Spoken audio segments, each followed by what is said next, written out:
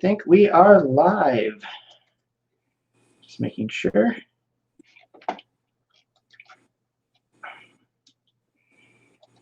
Okay, well, I think we're live, so I'll start. Hey guys, welcome to Brian's Man Cave. So today I have a very special guest for my live chat. I just got a little bit from his website, so just so I don't screw it up, I'm just going to do a little bit of reading here. So we have Dan Kitchen. Dan is one of the original Activision Game Designers, and if you're an Atari fan, you'll know exactly what Activision is or was in the past, but and he's a passionate gamer, credited for developing and producing over 240 commercially released titles across 25 platforms. It's a lot of platforms. He's renowned for such Atari 2600 retro classics as Crackpots, a game I actually just played not that long ago, Ghostbusters, one of my favorite games, F-14 Tomcat, Crossbow, Ikari Warriors, Double Dragon, Commando, River Raid 2, and Kung Fu Master, all really great games. So it's really a pleasure having you here. And well, let's, if you have anything you wanted to say to start off. Yeah, it's a pleasure being here. Thank you for inviting me on into the Man Cave. Whenever the Man Cave, it's always fun to go check it out. So I'm glad you sent this out. I'm hopeful that a few people will want to chat. We can talk about my game history, my game career, and ultimately we can talk about my brand new Atari 2600 game that will be coming out this year, which is Gold Rush, based on an original Keystone Capers 2 game that I was working on back at Activision in 1983. Yeah, that's definitely something I want to talk about, because I've been kind of excited about that since I heard about it. Keystone Capers was the game that had me actually want to get an Atari. And that wasn't back in the day, like back in the early days of the Atari, because I grew up with the Intellivision. But when it came back as the Atari Junior, and I remember seeing Keystone Capers in the glass showcase kind of thing, you know, and they had all the games all displayed. Yes. And I saw the back box for it. I'm like, I have to have that. Well, that was the genius for my brother Gary. He did an excellent job and made probably one of the best games on the system. Yeah, definitely. I mean, there's just so much going on in that game. Like, and you compare it to, say, other games that just one single screen. To be able to, like, you know, run across an entire, like, you know, store and go up elevators and escalators. And yeah, it was very cool. It was groundbreaking. Yeah, exactly. So I want to keep this kind of a little more casual of a chat. Like, we can have some questions, but I also want to involve some of the people watching the chat, you know, in the chat. So feel free to throw out some questions. We obviously won't be able to answer every single one of them, so bear with us. But it would be cool to get some feedback and some questions going on there. Yeah, I'd love to answer if anyone has. Yeah, definitely. Like that's it always is better that way. It's just a little more interactive. Oh, sure. Yeah. So let's start off. You know, so I like to have like a few questions. I just kind of jotted out some ideas that I wanted to kind of throw at you. You know, let's talk about your career and like, how did you get into this whole developing for video games? And, you know, obviously you have brother. I think you said your other brother also is a developer. Yeah. Yes. So was it like a family thing, or like, where did you begin this whole journey of getting into video games? You know, we as a family, my brothers and I, got interested in electronics from our father, who at that point in the 1960s and 70s was creating was building a lot of electronic kits. He built radios, he built shortwave radios, he built TV sets. So he was very much into electronics and into making his own products, or his own household products like radios and whatnot. So we got into electronics that way. In the 1960s, my older brother Steve got heavily into electronics and even built what was in our basement was a early computer based upon discrete components. It was like a room-sized computer that was a large desk with a teletype machine and a display with all these lights, and he called it Maniac. and was able to do some simple calculations and print things out on the teletype machine. So So he very was, early computer. yeah, very early. That got me into computers and electronics. My brother Gary is just a genius. He was into electronics, but he was an artist, and went to college as an art major. And what happened is my older brother Steve went off, and when he got married, he worked for a company in New Jersey called Wickstead Design Associates, and he partnered with a guy to do medical electronics. Well, along with medical electronics at that time, it was the 70s, so they were also doing these little electronic things for cars. We had digital clocks people were buying and putting on their dashboard, little tachometers. And so Steve got into the consumer electronic business and eventually into the toy business. And eventually he hired Gary, who had an interest in electronics, to work with him at this company, which was not far from here. And inevitably, when I graduated high school, Steve told me to, why don't you come work with us? And so the three of us worked in this company and basically designed consumer electronics back in the 70s. And we focused a lot of our attention on toys and games. Gary had designed and patented Bank Shot, which was an electronic billiards game, which came out from Parker Brothers. Oh. We, as a firm, were tasked by Parker Brothers to take a prototype they had called Wildfire, which was an electronic pinball game, and to create it for final production. So I was a technician on that. Gary and Steve wrote the code for the game, and it turned out to be a pretty popular electronic pinball game with LEDs. That's pretty cool. And about that time, Gary and I were fascinated by the Atari 2600, which had come out a few years before. And we were fascinated by Activision's games because they were so much better than the Atari games. For sure, yeah. Gary had the brainstorm and said to Steve and to the other owner, hey, I think we should look at this and maybe make games for it. But it was a closed system at that point. Only those at Activision and Atari knew how to program it. So Gary ripped off the top and stuck a logic analyzer on it and downloaded the code and back engineered it and learned how the system worked. It's like reverse engineered it in a sense. He reverse engineered it, and then he created a game called Space Jockey.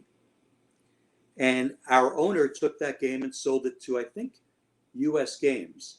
And US Games put Space Jockey, which was Gary's first 2600 cartridge. Oh, yeah. Well, about that time, he started showing me the system and how to program for it. And my brother Steve had left that company to go west and do his own engineering firm. So Gary and I left that company and started a little company in his basement called Imaginative Systems Software. And we did games for the Apple computer. And so we did a series of 6 games for the Apple computer. I did 2 text adventures that were very Zork-like. He worked on a couple of Apple arcade games. And we had teamed up with another guy who was at the previous company, a technician who we became friends with, whose name was John Van Ryzen. And John, as you may remember, is of Hero fame. And John also did Cosmic Commuter. So like Hero on the Atari, the original Hero? So Gary, myself, and John and another guy were working in Gary's basement at this little company. We started playing a lot of these Activision games. We were very impressed by them. We were very impressed that they would tout the programmers and the designer and, really make them forefront. And Gary took out a piece of paper one day and drew on a piece of paper our 4 faces and taped them over the 4 faces of the guys in the Activision catalog and pinned them all and said, one day we're going to be just like them. Motivation. And around about that time, Gary and I went to the Consumer Electronics Show. I think it was in Las Vegas in 1982, where he met with Activision and he met with Atari. And we met then. We came back to New Jersey, and then a few weeks later, they both flew us out and wined and dined us to join their team. And we very quickly and easily decided on Activision. Yeah, for But sure. it was the best of the best. And it was funny. I remember when we first went there, we sat outside in the car waiting for the interview to start, and we see the car pull up, and all four of the guys came out, like Dave Crane, Larry Kaplan, Al Miller, Bob Whitehead, and we were just like fanboys. Oh, there's Dave Crane, there's Al Miller. Oh God, that's so cool. It's like And being in a rock concert. they were heroes to us. They were rock stars to us. Yeah. And we got along great with them, and inevitably we became the Eastern Design Center in New Jersey for Activision, and the rest is history. So did they get to teach you any of the skills or anything, or did you guys end up teaching them some stuff? No, they they had some great stuff they did out in the lab on the West Coast. Dave was always very helpful. Dave would come and visit us in New Jersey, and he'd give his opinion of the games. I know that when Gary first started Keystone Capers, it was vertically scrolling. So you had a cop on the outside of the building, and furniture was falling down, and you were jumping the cop from piece of furniture to piece of furniture, going up outside of the building. That And sounds interesting. it was interesting, but it worked okay. And Dave came and said, "Look, why don't you make it horizontal like Pitfall?" Yeah. And really resonated with Gary, and we became Keystone Capers that we now all know and love. Well, Pitfall, I think, was like one of the first ones to really do that, right? Like the whole vertical screen, or horizontal. I mean, like it was one of the groundbreaking ones to do that.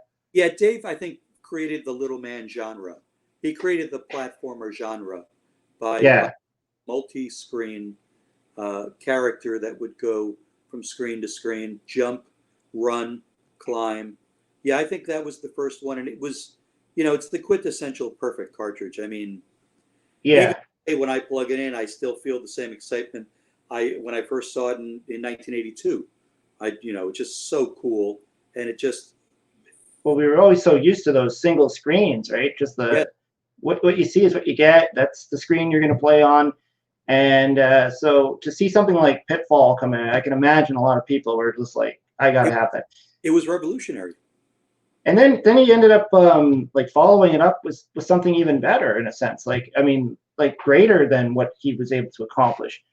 And that like right there. So the innovation was, and I've kind of said this before, like I'm sure during those days, you didn't have a whole lot to kind of look, like today, there's a lot of things you could base your games off of. You could look at a lot of the history, right? But back then, this was all new. Like this was like new stuff. Like video games were new, so you didn't have much to really work from. We were kind of paving new ground. As you said, there weren't a lot of games to look at for mechanics and for ideas. We would occasionally go into the arcades. Back then arcades were huge, and we would go and see what the latest coin-op was, and see what they did and how the gameplay was. But remember, Activision was the first third-party company that was created. Every other company, well, at that time, the only other company was Mattel with Intellivision and Atari with the VCS. So there were no third-party companies. Whereas today, most everyone who's a publisher is a third-party company. Yeah, for sure. For someone else's system. Yeah. So Activision really paving the road every day with new ideas and new ways to do business. Yeah, and I remember reading. I don't know if it was. I think it was in this one actually. The minds behind the games. I was actually reading through this recently, and just on how some of the games were created, and even just the being able to take a game that is existing and port it into something like the Atari. Often ran into some challenges because what you would see in the arcade you couldn't possibly replicate to its fullest, and then sometimes it would like with Yara's Revenge. I remember I was reading about that Howard was originally supposed to make a port of an arcade game, but then he came up with Yara's Revenge because he couldn't pull it off. So I could see that as being part of the challenge. Like if you went into the arcades and you were looking at all these games that were nowhere near what you're going to get on your Atari, and to try and replicate those back then. And Atari created the 2600 as a way to bring to the home their arcade classics from the arcades. So that's why their whole marketing push behind it was, we want to have a home system for the games that people play in the arcades. Yeah. Yes, as you said, it's very difficult because in an arcade you'll have a dedicated, programmer designing this game, and if he wants to put a new feature, he'll go down to the arcade hardware department and say, "Hey, I'd really like to do this. Can you put another chip on the board so that my character can now have this characteristic?" And oftentimes they can, and they do. And so when you take a large system or a robust, dedicated piece of hardware and have to replicate the game onto a smaller system with a much smaller footprint and memory, it is 4K. a challenge. I know Yeah. Howard did that with yours, and he ended up creating a classic game unto itself. Exactly. And that's what was interesting is then when I was reading the book, I never thought about was the challenge that you guys had to run into. And you probably had the same issues where you wanted to do something, but you just probably, was it budget or was it time constraints? Like, did you guys feel you were on always a time crunch or? Well, we were in the consumer electronics business, and even at Activision, you're always on a time crunch because you're making a game, but inevitably the company has to sell it and has to generate revenues from it to build the company, to pay for the overhead. So you always have a deadline that, the game is fun and it's great, but it's got to be done for Christmas. So back then you had to have it done in October to allow for manufacturing time, ship stores.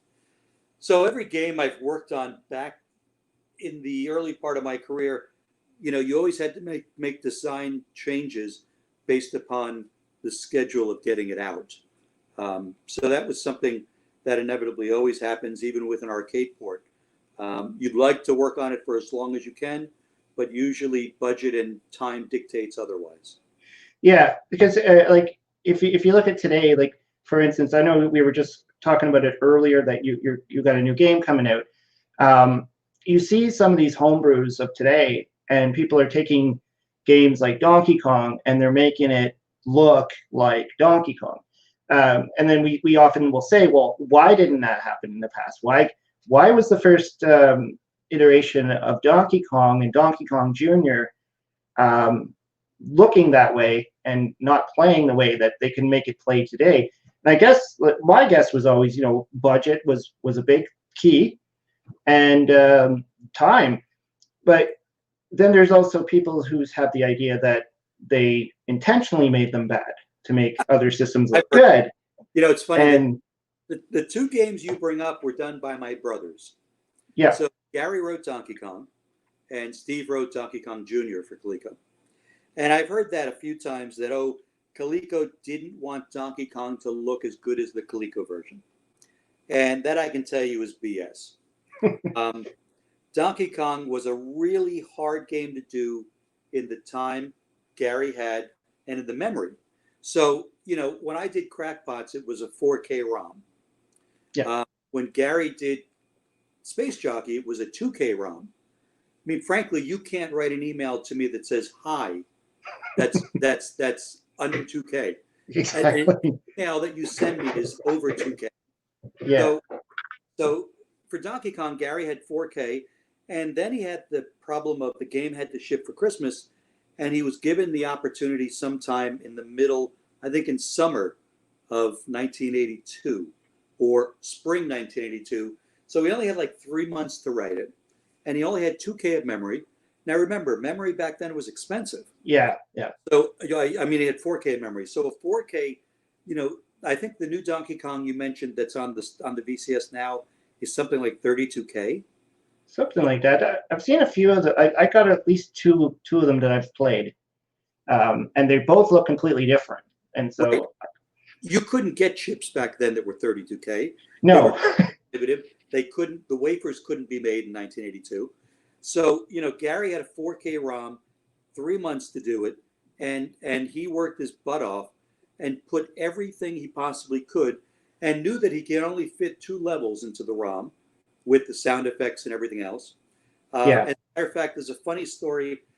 He had started that game making both levels horizontal only. And so the first level that's tilted initially was horizontal.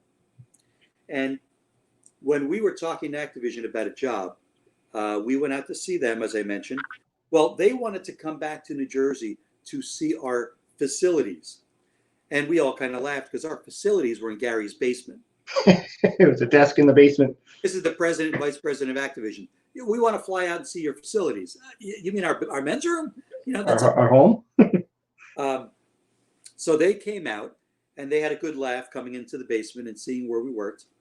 And when they left that meeting, Gary was still working on Donkey Kong at this point before we were hired. And Tom Lopez, who was the VP of Product Development, looked at the screen. And as he was walking out the door, he looked and turned to Gary and I, and he looked at Gary and said, you know, if you worked for Activision, those I-beams would be tilted, just like the arcade game. And of course, Gary took that as a challenge because it's really hard on the Atari to do non-symmetrical background playfield. Yeah, yeah. So within a week time, Gary sent out an image to Tom and said, how about now? And Gary the tilting. It looked like Donkey Kong. I can tell you he put everything he could into that and used every last bite he had. And in reality, he made it the best he could. It wasn't done so that it looked inferior to the ColecoVision. He just, under the circumstances and time what he had and budget, and there was nothing like an 8K ROM at that point, so you couldn't add more memory. And if you did, it would double the cost of the cartridge. And of course, you know, Coleco wanted to sell it for the cheapest you can to be able to make the most profit margin. Mm-hmm. And then later on, I think about a year or so later, Steve did Donkey Kong Jr., which I think was a good port for what it was. It's a hard game to do on the machine. And again, he was given a restriction of memory and a restriction of time. So, I mean, it's wonderful to look at today's games and see you have no restriction on size. None. I mean, you can make it as big as you need it. You can. You know, I have Crackpots at 4K, and Gold Rush is now going to be 32 times the size of Crackpots. Yeah. So where I had a 4K ROM to do Crackpots, I have 32 banks of 4K to do Gold Rush. So I can put in everything I can imagine, all the bells and whistles. So yeah, but I think what the homebrew people are doing is amazing. You know, guys like John Champeau and other guys are just doing stuff that I sometimes look at and say, how did you do that? And I know how did you make it work? They're using some extra RAM and the DPC chip, but still the skills of these homebrewers, I marvel at. I mean, these guys have done great things. And the best thing they've done is to keep the 2600 alive with new software so that we all can play and enjoy the game system that we had 40 years ago. Yeah, and we can catch up with games that we might not have had back in the day as well. I mean, right?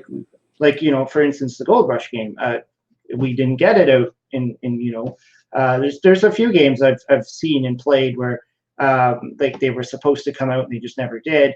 And probably due to that, you know, that there was the crash, of course, and there was a lot of, you know, competitors, a lot of just, I guess they call it shovelware now.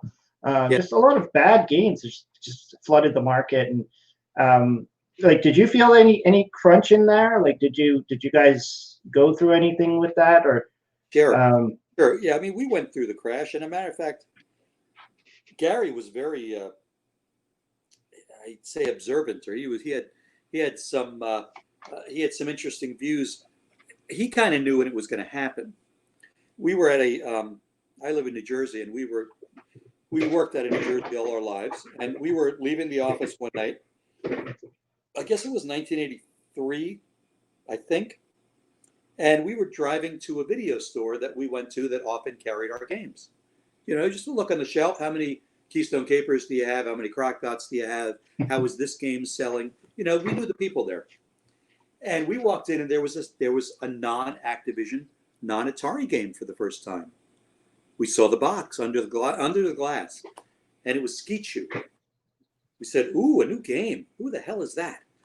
And so Gary asked for the cartridge, the box, and we turned it around, and we both looked at it and said, "Oh my God, the industry's gone." We knew immediately when we saw the quality of it that it wasn't a great game. And the fact that a third party was doing Atari games means that somebody else back engineered it, learned the system, and isn't doing the kind of quality work we were doing. And if too many people do that, you're going to flood the industry with bad games. Yeah. And I knew the guy who did it. I met him years afterward. Good guy, Ed Salvo. We became friends. He would come to our, at CES, then we'd have all the games. Ed would have his at Games by Apollo, and we'd hang out and chat about it.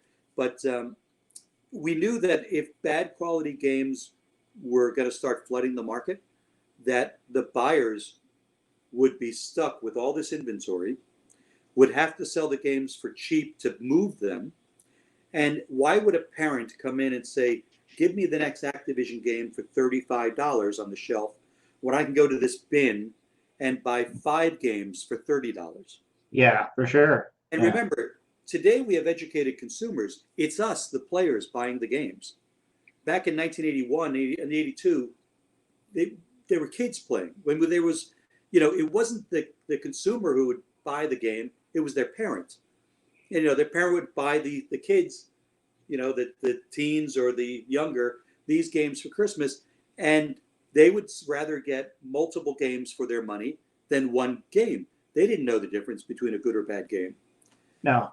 And I don't even think half of the people knew what they were going to get when they bought these games. I mean, because the art was always really cool in the box. Yeah, but I was noticing that. Like some of the Atari titles, like you look at the back and they don't even have the screenshot of the game. All you had was the pretty artwork, and the artwork was often used cross-platform too. So you'd have the same artwork, like especially with the Coleco ones, right? You had the same Donkey Kong picture on the ColecoVision, on the Intellivision, on the Atari, and unless you actually saw the game in play, you wouldn't know. So you'd spend your hard-earned money and get home and be like, "What is this? This is not what I saw at my friend's house on his Coleco." So I'm sure that that happened a lot. And whereas today, every game is pretty much covered before it's even released. Like, absolutely, yes. You got YouTubers who can they get access to the game ahead of time, and then they play it and they show it, and then everybody knows what they're going to get. So completely different. And I often wondered that too. Like, what did people do back then? How did they know certain games were coming? Like, I guess there was magazines and stuff that were out. And we had Electronic Gaming Monthly. Yeah. It's funny. I was going through my offsite a few weeks ago, and I found a lot of the EGM magazine, and they had stories. But they'd talk to us about a game, and that story would come out in a month or something. So it wouldn't exactly be there for the consumer to review before the game was released. So in many cases, you had to buy the game to see what it was like. Yeah, you're kind of blindfolded. You're buying it, and even in the Nintendo days, even then, I remember buying games just purely off the shelf, not knowing anything about it, never played it before, never seen what it looked like. I mean, we did have rentals, which was a thing. That's right. You did have rentals. Nintendo Power Magazine would show upcoming games. Yeah. They would cover things. Yep. So you'd get some pictures and then, but you wouldn't know what it was like until you actually bought it or rented it and played it. Right, of course. Feel what it was like. You're absolutely right. And of course, the whole thing about our games back then, they were manufactured and burned onto a piece of silicon, so you couldn't make any changes once you had 500 games made or 50,000 games. They were done. Yeah. There were no updates. There was no any bug. No patches. Yes, any bug was called a feature, and it was now something that lived with the title. Whereas today, you can change games as you have them. I just think about like for the 7800, the Impossible Mission game. That's actually impossible. Impossible. And I've actually tested. I've tried it. I was like, I'm going to try it, and yeah, it's impossible. You cannot beat that game. The PAL version you can. I've heard, but some of the games we worked on were really hard, and it was a little different back then. I think people wanted games that were really hard. I seem to get that sense that I know some of the games we did, consumers would give us feedback and say they wanted it harder, or feedback that we had Harder. testers. So yeah, and I think it's nice now that there's a whole genre of games that are, not just Twitch games, but that are the whole spectrum. And it's funny, we would sit at Activision at lunch and say and kind of make jokes like, imagine a game where I have to set all these tables up for people who are eating. We'd sit there and yeah, right. Because you think of things that were in reality that weren't really fun and make a joke about make them a game. Well, of course, then comes Diner Dash and Cooking Mama and all these other games that eventually took these concepts and did make them fun. Did make them happy. Yeah. It's great to see that, the plethora of games that have come out on all these platforms in all these different genres. It's so cool that people have broken out of the thought of just Twitch arcade games, which is what a lot of ours were back then. And it's interesting what you said earlier about the people wanting them to be hard. And like, if you compare, and I've heard this from a few different people, like kind of saying like the games of today are just easy. They're just easy. They're pretty. They are lifelike. There's a lot going on. They're huge. Like Zelda Breath of the Wild is a massive game. There's a lot you could do. I almost feel like it's more of a chore than a game in most cases. But if you compare them to the original games, like the Atari games, the original retro games, there's definitely a skill set that's different. And I've even like noticed with my daughter, she's 10 years old. She's able to play Breath of the Wild, but when I put on an old Nintendo game or even just the original Zelda, she can't handle it. This is too hard. Or I've even put on an Atari, played Atari with her, and she would just get frustrated because she couldn't play it. Like it was like, but these are supposed to be the simple games, and yet she's able to play the modern games, but she can't play the.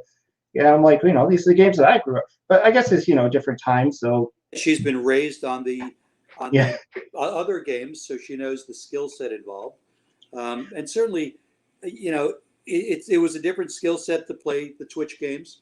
I still have an Atari 2600 set up that I play every day. Mm-hmm. I still plug in carts and still get the sore thumb, as it were, when you're holding the joystick really tight as you're trying to do something. But it's completely different skill set, and I think it's great to introduce kids to the original games that were done in the 80s, just to show them the breadth of where it's all come from. Well, I know even I think he's in the chat. I don't know if he's left or not. The Atari Creep. He was saying that too. Like once, and I've said the same thing. Once games went 3D, they lost me. Once we had a camera, like you had the camera view, and I always figured it was me because I'm one of those directionally challenged people that get lost going straight. So I'm like terrible with direct. Don't ask me where anything is, and once I learn where something is, I can get there. But I'm just a horrible with direction. So I always figure maybe I'm just not good at modern games or anything pretty much from PlayStation, Nintendo 64 and up that were all like three-dimensional worlds. We got out of the 2D, we went into the 3D, and I always feel kind of lost, like or overwhelmed or something like. And then I lose it. And then of course there's the buttons, right? I don't know what it is. I don't know if some of these controllers are frightening. Like like there's buttons on the back, there's button on the top, there's button on the side. Yes. You got thumbsticks. You got everything going on. And even with me, I've been trying to play Breath of the Wild myself. And I just get frustrated because I'm like hitting all the wrong buttons, and I'm like, how do I move? How do I do this? I'm like, gee, I just loved when, and it's weird because growing up with the Intellivision had a lot of buttons on it, but it didn't always require them constantly being used. So it was the main disc and the buttons on the side, which were primarily with. So, and I don't know, maybe going into the Nintendo. And it's like, oh, now we got 2 fire buttons. You know, so it was a gradual thing, right? It's gradual. Now you have A and B. Yeah. And then, and joypad. So yeah, then we went up to the Super Nintendo. Now you got 5, 6 more buttons, and you know, so I don't know. It's a weird thing. It's just a weird thing the way. And like, what do you typically play? Are you just sticking with retro stuff, or do you actually play modern as well? you know, I got into some modern stuff. I love military history, so I mean I love the Call of Duty series where it came to the World War II, and I played all the Medal of Honors and whatnot on the PS1, the PS2s. So I'm able to play in a 3D world and be able to kind of get a feel for where I am. But typically these days, I'm really just playing the old retro games. I find them the most fun. And it's something, I'll be working on something and I want to take a 5-minute break. Yeah. I just, insert cartridge, flip on, it's ready. I don't have to load anything. I don't have to wait for any time. I don't have to yeah. or something to download. That's the big thing, eh? 2 or 3 games of Mega Mania and say, okay, I'm going to go back to my computer. The Atari, you just flick a switch. I always love doing that to people who put out a complaint that they booted up their Xbox One or whatever, and it's now taking like 3 hours to update the firmware, and I'm like, right. Funny, I just flicked the switch on my Atari and I'm ready to go. Right. And of course, graphics look like realistic photographs. Ours do not, but ours still offer incredible play value. Yeah, and imagination. That's true. One of the most popular games was Adventure, but yeah. I'd say everybody loves it. I mean, I love it. It's what I grew up with, and it just captures your imagination. The same way a lot of the text adventures did, and I ended up writing 2 of them back in the early '80s, and I love that because it was like capturing your imagination. Yeah. I see Green Lantern is asking, "What is your favorite game of all time?" Ooh, that's a hard one. Nobody likes that question. Really hard one. Pick an era. I have to tell you, my favorite designer of all time is Steve Cartwright. I just think Steve's games were so amazingly done. The themes are great, and the gameplay was so good. I'm a big fan of Mega Mania and Sequest and Frostbite. His stuff just played really, really well. Boy, my favorite game of all time. I may surprise everybody and say that it was probably the original adventure that was played on a PDP-11, The Colossal Cave, which was the original one written in the 70s. I don't remember the gentleman who did it, but they're the ones who created the first Colossal Cave adventure that eventually Microsoft put out on the Apple II computer, which I had in 1980. And what I based my 2 adventure games on, I would say Colossal Cave would be my favorite game of all time. My favorite video game of all time. It's been a lot of them, but the one I always go back to all the time is Sequest. Sequest. By Steve Cartwright. Yeah. I just think Sequest is so good. And the one thing that Sequest does that a lot of our Activision games didn't do was it ramps up slowly. Some of the games, arguably, we probably created them too hard.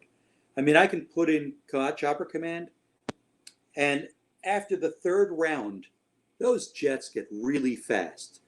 And it's hard to get past that 3rd and 4th and 5th round. Mega Mania, I get through one cycle of all the enemies till I get to the popcorn. Then I start the 2nd cycle, and I will eventually maybe get to the 2nd popcorn, and then that's it. Then it gets really hard. But well, I think of things ramped up really slowly, where you can. I think of games like Kaboom, for instance, which ramp up really fast and almost are unplayable. But that one you can get into the groove. You can really almost like hypnotically get into the groove of where to catch those guys. Yeah, but I always found that it's like it gets to the point where it's just too fast. It's just hyperactive, and It and is. your eyes and your brain disconnect for a minute, I and know. your hand is going one speed, your brain is going another, your eyes are going over here, and it's like, some people can just really play that game, and I don't know. I always just find it to be like crazy. But yeah, I see what you mean by ramping up. Like, and I always love that about games, that they start off easy. So you don't start off with something that's absolutely insane and hard from the right out of the Right. gate. Right. Those are frustrating. There's a lot of Nintendo games like that just start off hard. you Yes. know, I guess that's where they some people kind of say the word Nintendo hard or something like that. Yeah. And Yeah. Well, uh, Gary's Keystone Keepers ramped up perfectly, I think. I mean, yes, it yes. introduced a new object until it had all the objects. Then it introduced one of them fast, two of them fast, three of them fast, and it really ramped up well. And I And like how in that game you have to learn different yes, patterns. It's not correct. just getting better at your pattern. It's now I have to duck. Now I have to jump higher. Right. Now I have to stop, wait, back up, then jump. I That's right. like that part of it. And I remember actually doing I think it was a live play I did of Keystone Capers, or one of my videos. I don't know. I know I did one. I've done the game a few times, and I remember getting to a point where I was kind of like showing people, now for this one, I'm going to have to back up and I'm going to have to jump, Right. jump. Double balls. And I remember someone was like, oh, so that's how you do that. And it's Yeah. like, yeah, like it took a long time to actually like figure that out. But Now I'm kind of doing that in Gold Rush. In Gold Rush, I have all sorts of different cars. So I have a total of 45 cars, while some of them are kind of repeated. But you may have a long car and then a couple of short cars of the same. I've got a lot of different cars, and on those cars, I've got different enemies at different times. And so I'm kind of capturing the same thing. Well, hey, I jump onto these box cars, and now this little whirlwind, this little tornado is sweeping across the top, and I've got to learn that I've got to run to the middle ladder and climb down on the side of the car and let that whirlwind tornado pass me, pass and by. get up and go down to the next one so the next whirlwind doesn't hit me, and then get up. So it's kind of like, I liked what Gary had done in Keystone, where, as you said, you had to learn that, when the slow plane is coming, you have to duck under it twice. You got to kind of go da da da da da duck, da da da da da duck. Yeah. When the fast one is coming, you got to duck under 3 times per screen. Yeah. So I'm kind of building that into my screens so that there are patterns. Oh, okay, the owl is out, or the vulture is out, or the tarantulas are out. I know how I have to deal with these guys, and so that's what I'm putting into Gold Rush. When you were designing it, like I know back in the day, like a lot of games were, how do you say it? Like something like Kaboom required the paddle controller, some required other, like. Well, why was there not so many games like with the paddle controller? Like it just seemed like a lot of developers didn't want to use it. And I look at like some games like Lost Luggage, for instance, like they pretty much created a Kaboom clone, Yes. but they didn't incorporate paddles. Or something like even Space Invaders could have used the paddle. Well, I've had it mentioned that Crackpots could have been used with paddles. Yeah, Crackpots. And I originally wanted to do that, but the feedback from the retailers and from the consumers was they weren't that interested in paddle games. I don't know why. And then I know when, I think some versions of the Atari, maybe it was the Atari Junior, some versions later on didn't give you paddles. No, yeah, you didn't get it with the Atari Junior for sure. But some of the games that used it were incredible. I mean, Warlords is just amazing. Yeah. Player Warlords, Kaboom, as you had mentioned. But yes, the thought was to keep it to the joysticks, because that's really the standard controller, and that's what Activision really wanted us to support. So okay. I do see your point. I know some of the games that could have been paddles were not. Yeah, like I'm thinking of like say Astro Blast, which Yes, I used both, right? You had the option. You could use the joystick, you could use the paddles. And I thought, why didn't they do that with most of these games? But I always wondered if it was more of a programming issue. Well, there was Like, some. was it harder to program?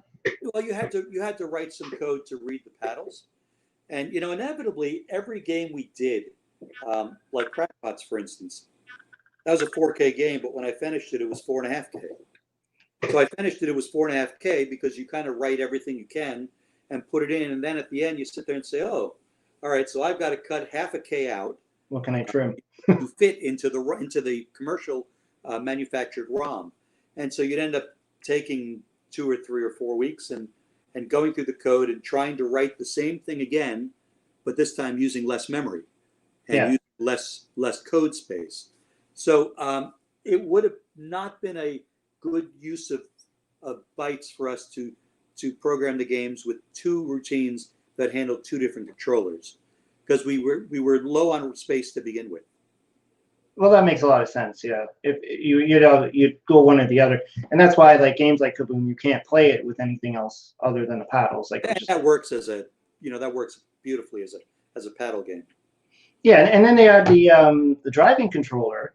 Yes, that's which right. For that, yes. Only had the one game, I believe. Yeah, well, that was primarily done, I think, by Atari for Night Driver, I believe it was. Or was it? No, it was. I forgot the name of the game now. I think it was called Race for the Telegames version. I think they called it Race. Oh, okay. And then there was the other one. Geez, the game was lost. 4 cars on the screen. It's the one where you're going around on the track. Yes. Yeah. Yes, the name of that. Yeah, and that's I believe that's the only one that actually worked. There might have been one other one. I believe also. I guess kind of similar to like the keypad too, right? There was the keypad, right, which had like Star Raiders, and some of the kids' games. Basic programming. And programming, yeah. I still don't understand what that was all about. I guess like there was no way to save anything on an Atari, was there? You wanted to teach people to say 10, print hello, 20, go to 10. That was it. That was it. Look, yeah. Program. It's going, Yeah, I used to like do the little programs on my Commodore 64 all the time, right? But I had a disk drive and I could save it and keep it. And, I never understood why. Yeah. Oh, there we go. The Atari Creep got it. Yeah, it was Indy 500. Thank you. Yeah. Yes, it did. Very cool. So Tim's Tiny Arcade also had it too. Indy 500. Very cool. Everybody was correct. It was there. The image was in my head, but the name was nice here. The name was gone. I was like, "What is that? I know the game. And I wondered, like, is it something that today people are looking into? Like, we need to make more stuff for these things. Like, you're designing new games, and yes. You think about it, and it's like, there's a lot of untapped things that didn't happen. That now there's possibilities, right? Tapping into the paddle controllers, tapping into the, making more driving games, more racing games, and actually utilizing those controls. But I guess there's also the problem of a lot of this stuff might not be as easily accessible to people. Right. Which is problem. With all of these wonderful new retro systems coming out, the Sega Genesis, the Dreamcast, Nintendo, NES, SNES, all these remanufactured retro game systems, no one except Retron has really manufactured a new 2600. And of course, the Atari VCS, which I saw an article that it may be released in June. But I was going to bring that up, the VCS, and I know that's a hot topic right now for a lot of people.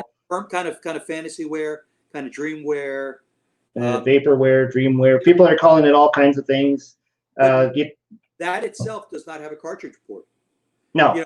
If there could be a brand new, $29 version of the Atari, like the Atari Junior, that came out that was small, compact with a cartridge.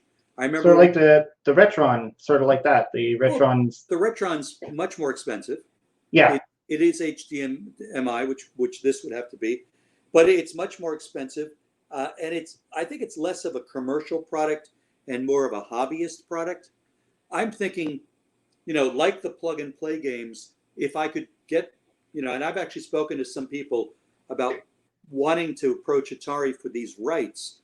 If you could get an Atari Junior remade that sells for $29 in Walmart, and it comes with a joystick, and it comes internally just like the ones from At Games, where you have 100 Atari games, but it also has a cartridge slot. Also has the cartridge. Yeah. Then people like me and John Champo and other people who do homebrew actually have a chance to sell their games cartridges on Amazon, because now there's actually people who will buy them instead of just the hobbyist collectors. Yeah, exactly. And like the At Games, they're okay. They're fitting a small market of people. I mean, a lot of us are collecting them, and most of us have the real games anyways. We have the stuff going on. But yeah, like, and I've heard that they can't do the hardware thing because it just costs too much money. It costs too much money. But I don't know. Like, I think because there is still a lot of old games still out on the market, you can find them. I mean, you can go Hopefully, yes. Yeah, you can still find them. And the new homebrews that are coming out, they could do something a little bit better than the Retron, right? And I've heard the Retron, it's not technically reading the cartridge or something like that, it's running Stella. It's running an emulator. Yeah. So it's really not the hardware of the Atari 2600 in there. It's really running it through a software emulator. And it's a great system. I love it. I use it when I want to see beautiful HD versions of the games. But it's not mass market. And you wonder if things like the Amico, which Tommy Tellerico is doing, where he's bringing back the Intellivision in an upgraded product that looks really cool. You wonder if we could do that with the Atari. I think that's what the Atari VCS wants to be. Was hoping to be. Come out. But if you could do that with the ability to play these millions of cartridges that people still have, that would open up the doors to add new games. Yeah.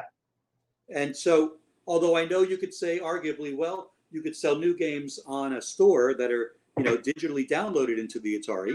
And yes, you can. But a lot of people, I think, still want the box and the cartridge and the manual and the physical, the hard physical product. I don't think that will ever go away. It's something we're kind of lacking with modern gaming. I mean, especially when you hear things like the new generation consoles don't even have discs or anything anymore. It's all download. The Amico is going to be 100% download. The VCS is going to be talked about. Even with the Xbox, they're saying, eventually there's not going to be a CD drive and all that kind of stuff. And like even for the Switch, for instance, and I'm a physical, like with games, I love the physical. I prefer to have the physical. But I'm starting to notice for my Switch, I'd just rather download the game now. And because I go into the store and I see all of the things on the shelf, and some of them, they just sell you a box. There's not even a physical thing in there. It's just a box and then a code, and then you just go online, download. I'm like, well, what's the point of that? If there's nothing cool in the box, what's the point? You get a box and you put it. I don't know. I guess it's for your shelf to look pretty, but I still prefer the touch of a real game. Yes. I was kind of excited when I saw the Retron when they first started talking about it, and I'm like, yes, that's what we need. We need that for like the Intellivision. We need it for the ColecoVision. We need and the Retron. I remember like when I first heard of the Retron, and the first one I saw was the Retron 5, I think it was, and it plays like Sega, it plays Nintendo, it plays all these different things, Game Boy. I'm like, we need that for a classic system. We need a console that I can plug my Intellivision in. I can plug my Atari. I can plug Coleco. Yep. I mean, we kind of had similar things back then with the adapters or whatever they call them. Yes. Like Intellivision had one that allowed you to play Atari on there. Coleco had one that you could play Atari. Coleco had an adapter to play Atari. Everybody was able to play Atari, right? Really just an Atari 2600 that plugged into a ColecoVision. Essentially the Gemini, the Gemini was created because it was pretty much that adapter, the expansion module or whatever. And, but yeah, I kind of like that idea of having a real system and not like a emulator. I mean, emulators are fine. We can put them on our computers. I use emulators. I have no problem with it. but I just like the idea of having an actual system playing the actual cartridge. Yes, And Stella is amazing. Stella is just incredible. When I first started diving into the Stella, when I saw the homebrew stuff, and I sat down and started to do some programming. I would say, oh my God, the Stella is doing exactly the same things the hardware does. Even the little issues that the hardware has that are wrong, the Stella would replicate it. So it's amazing how it is a software replication exactly of the TIA chip and of the entire Stella hardware. But I still, if I sit there and I have my Retron, which I do like, I think it's a great system, or my original Atari 2600, I'll still play that with a cartridge. yeah, It's it's just completely different. what I'm used to. It feels right. Well, the At Games ones, I mean, some of them are just bad. I mean, some of the games are completely off. But apparently the second one that came out, Retron 2, had the same guts or similar guts as a real Atari. And so they were on the right track then. And actually people buy those to mod them and actually put in a cartridge slot so they can play cartridges on it. I think that's kind of a neat idea. It's interesting, and it seems like something they could have done, but they just never did. That they just didn't want to. And then after the second one, they switched over to like the Nintendo emulator or something like that, which is why the games don't look right. The colors are off. If you play something like Yar's Revenge, it doesn't look right. Right. It doesn't play the same. On some of those early At Game systems, the audio is not right. Yeah, the audio doesn't replicate the same sound audio that we could do on the Atari. It's the same with all the other ones that they do, like the Sega one that they put out. They had a Genesis one, and now Sega put out their own. So yeah, I mean, I could see that there is somewhat of a market for these things. So it would be kind of cool to see one with an actual, like you were saying, a real, re-release the Atari again. And that would then allow people like me and people like John Champo and people like other homebrew guys to have a real market to sell their product, and to be great if I could go into a Walmart and see this product with 5 cartridges for $49.99 or something, and my kid had this 40 years ago. It's a retro system, but now I can plug it into my HD TV and plug in a cartridge, and hey, cool. And it just, I think it would be neat. Yeah, I remember even with the Amico, it was Tommy Tallarico said it a few times that he would love to see a cartridge expansion thing, but he mentions it being like from third party. Yes, I know. So have you ever considered, or have you started to consider that maybe you could actually develop or design or anything for the Amico, or as a team, or from your new company that you have? I've spoken to Tommy and a couple of guys there. We met just this past February at the New York International Toy Fair before the whole COVID thing hit. And yes, we were actually in talks about doing a game for the Amico system. Yeah, I think it's a great system. I'd like to support it. It's definitely something I'll be getting into. Yeah, well, and why not? I mean, it's a way to actually, utilize the newer technology and create something that I like his concept of the retro reborn or retro reimagined. I like that because guys like me, like the Atari Creep, who said this on his channel a few times. We love the old games. We love the 2D. We don't like the complicated 3D stuff, and so and of course he's also said that that's only going to be like 20% of it anyways. Like that's a part of it. It's not just going to be an old retro system. Yes. Because I mean, the market isn't as big, obviously, for retro stuff as it is for modern gaming. So he's playing it smart that way, which is He's a brilliant guy. He's going to tap into a group of the audience that would welcome this home system. Exactly. Yeah. Yep. And well, he's actually trying to create a whole new market too, like yeah. And I think we were kind of talking about that earlier when you were saying, back in the day, it was the parents that bought the games, right? Right. And so I think he's looking at that as, Yes. that's just the He way wants it, a family-oriented game system that brings the family together. exactly. Not did in the 80s, 70s, and 80s, when you turned your living room TV into a game system, and everyone would sit around and play. Yeah. Yeah. Not like today where the kids are sitting there by themselves, and I think even my daughter, when she's playing some of these games on her computer and her little tablet, and she'll be like, "Oh, help me with this," and I'll look at her, I'll be like, "I don't even know what's going on." I seriously don't know what's going on. I'm gonna boot up Super Mario Bros. Now. yes, but they know what's going on. They know what's going on. Know exactly what to do. I still don't even understand what that what is it, that virtual world thing, Minecraft. I have no idea what's going on there. It's beyond me, and I don't even want to know what's going on. I don't even want to fill my brain with that. That's okay. I'll stick with for me, the later titles to me are still like Nintendo 64. So Yeah, I'm not sure. going to go that route. You can't go wrong with James Bond.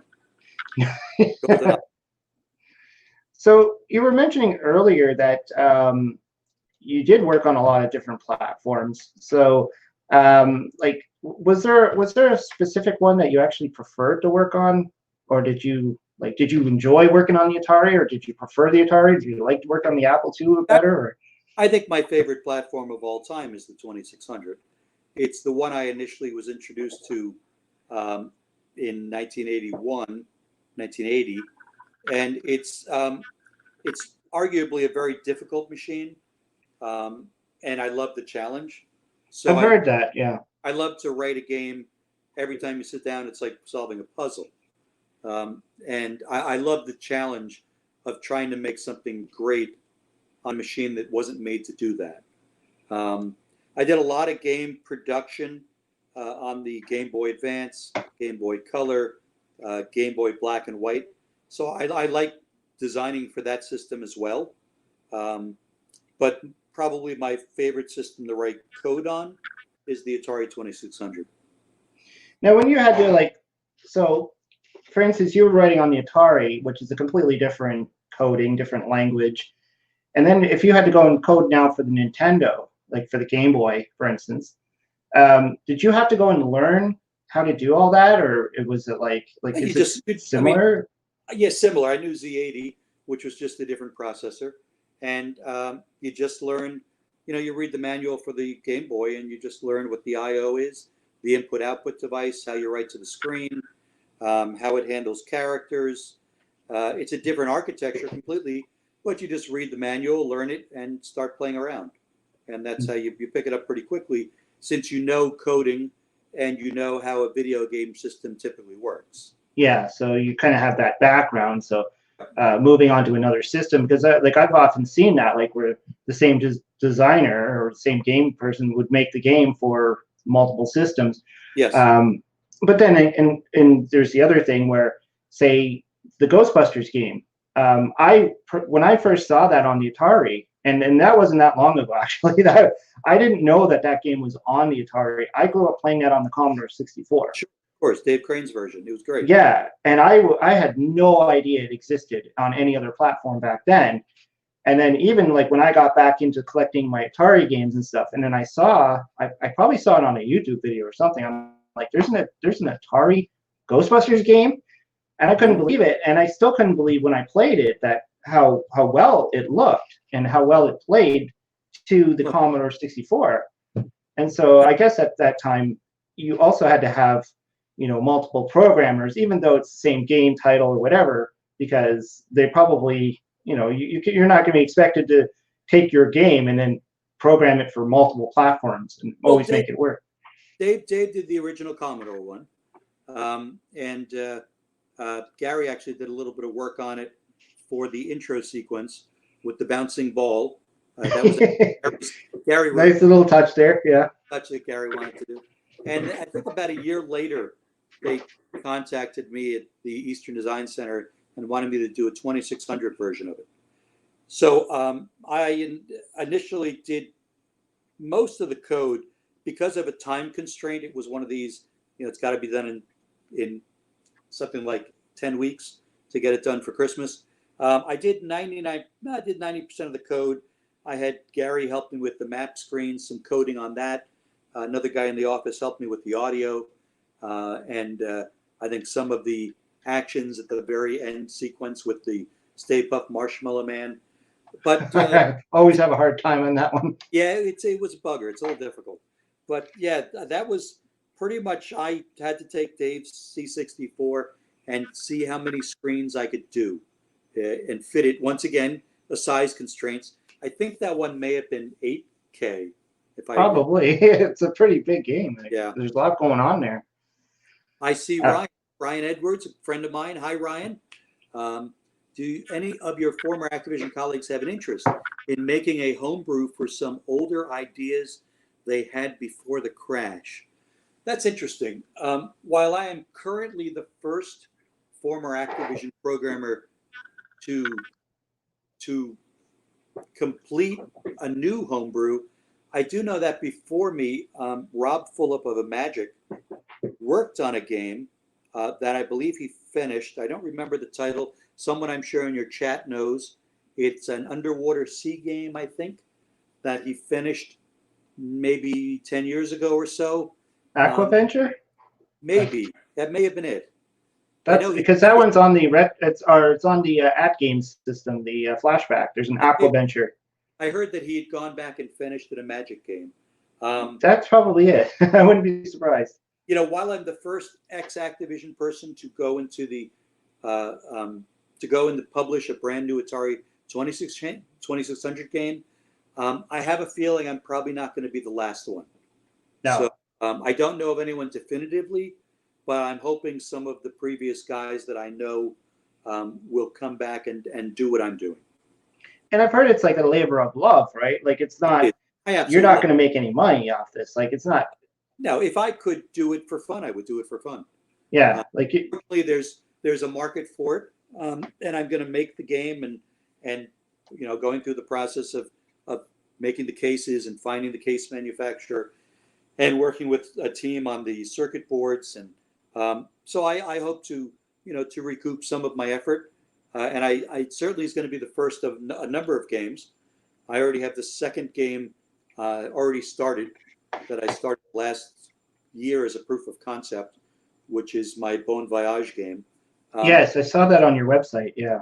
Yeah, I've got a screen of that done, and the basic kernel is done, and I have the idea fleshed out. I just need to get Gold Rush wrapped up, and then I'll immediately get onto that one and put that out. Yeah, that would be interesting to see. Mr. Kitchen, game were you most excited to work on, either in progress or final product? That's interesting. You know, I would have to say, of the games I've written, most exciting. Well, I enjoyed. You know, I produced a bunch of games also throughout my career. I had the fortunate opportunity to produce the video games that were in Grandma's Boy, the Adam Sandler movie with. I remember that movie. Yes, with Alan Kovic. That was fun. I helped design Eternal Death Slayer 3. Where I was working at the time, we had Demonic in progress, and I helped oversee Demonic. And then when we had the chance to do it for the film, we kind of modified it and did Demonic for the Grandma's Boy movie. And I think that was a fun labor of love to work on the games for the movie, because I thought the movie was a cool concept, great movie, and I enjoyed being a part of that. I also helped kind of decorate if you saw the movie, it's a video game lab where they are. I kind of helped decorate what the lab looked like. So a lot of the things in the lab were from my office, from people I had worked with to help set the decor for that. That was probably one of the games. Another game that I produced with another chap in my career was Desert Bus. And when we worked with Penn and Teller, that was probably one of the most exciting games I worked on. because we worked very closely with Penn and Teller on Smoke and Mirrors. You know, the Sega CD game that never came out. And part of that game was Desert Bus, which was the stupefying reality game where you drive a bus from Tucson, Arizona to Las Vegas in real time for 8 hours. Real time. Yeah, I've heard of that. Yeah. Sega Genesis. And that was a lot of fun. That was probably a very exciting title for me to work on. And I was very excited with the final product, which ironically never came and saw the light of day.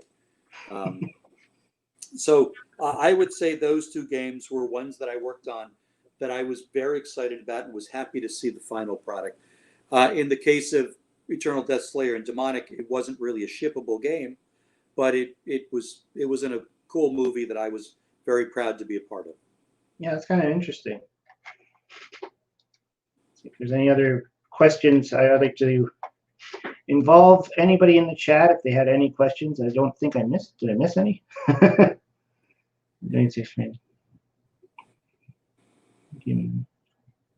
How many folks do you have in the chat there now?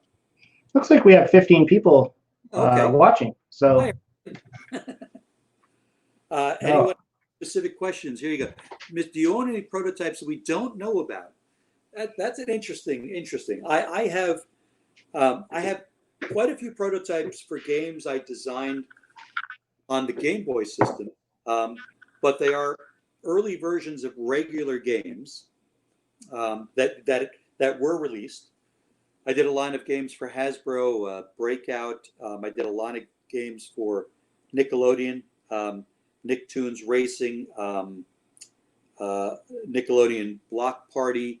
I've done a bunch of Game Boy games that I have prototype ROMs for.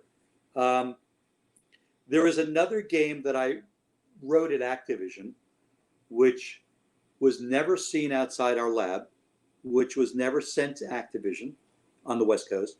And I'm searching for that prototype. And so something that you kind of put together but never actually proposed.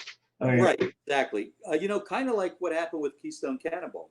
I mean, I was working on it, and then by the time I was going to propose it, we were in the midst of autumn of 1983, and the crash was happening. Yeah. And they immediately said, hey, guys, take all your Atari games, shelve them, and let's move on to the Apple, the Commodore 64. The computers.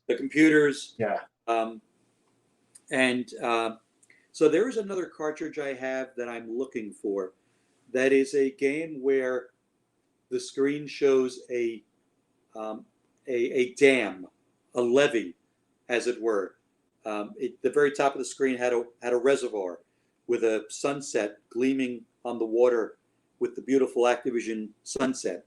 Yeah. That you see in all our games. Yeah, we see that a lot. In front of it was a gray slab, which was a dam holding the reservoir back. And every now and then the screen shook and a little crack developed and water started flowing out of it. And you were this little character in a yellow slicker, kind of like the guy on the Mrs. Paul's fish sticks box, I think it is. You know, they kind of wear that yellow slicker when they're out to sea. And you'd run on these ladders from these different platforms and work and patch up the holes. And then another one would happen, and another one would happen. And you have to run back and forth. And I remember you had on the same ledges of this, you had barrels. And so if you didn't have time to patch up a hole, you could run up and push a barrel under the water to catch it. And then it would stop filling up. And ultimately what would happen is the screen on your side of the dam from the very bottom would fill up with blue. And so fill up every scan line. And you were trying to get the water out from your side. And I remember I had a little rope at the top where you could grab it and pull, and these little vents in the bottom of the screen would open, and all the water would go and would drain off the screen to buy you some time. It kind of reminds me of that Save Mary game. Yes, exactly right. Somebody else said that to me. It was like Save Mary, and I'm not sure when that was done. This one was done in 1983. I think it was done after Crackpots, but I shelved it and moved on to Keystone Cannonball. And then by the time I was ready to really jump into that, the crash happened. So this is a game hope to find. If I do find it, it will be another one of a kind. And I hope to, reveal it to the world when I locate it. And I'm in the midst of cleaning out my offsite. So there's good hopes that I may actually find that. Well, that's kind of cool. Like, just to stumble upon a game that you've I know. started. And, well, kind of like you said, the Keystone. So I guess Keystone Cannonball was what is now being the Gold Rush game, right? Yeah. Yeah, you've kind of rebranded it and came up with a whole new, I guess, idea for it or add on to it that you couldn't have done maybe back in the day. Right. Yeah. Right back then to do it. Yeah. It was going to be a more simple game.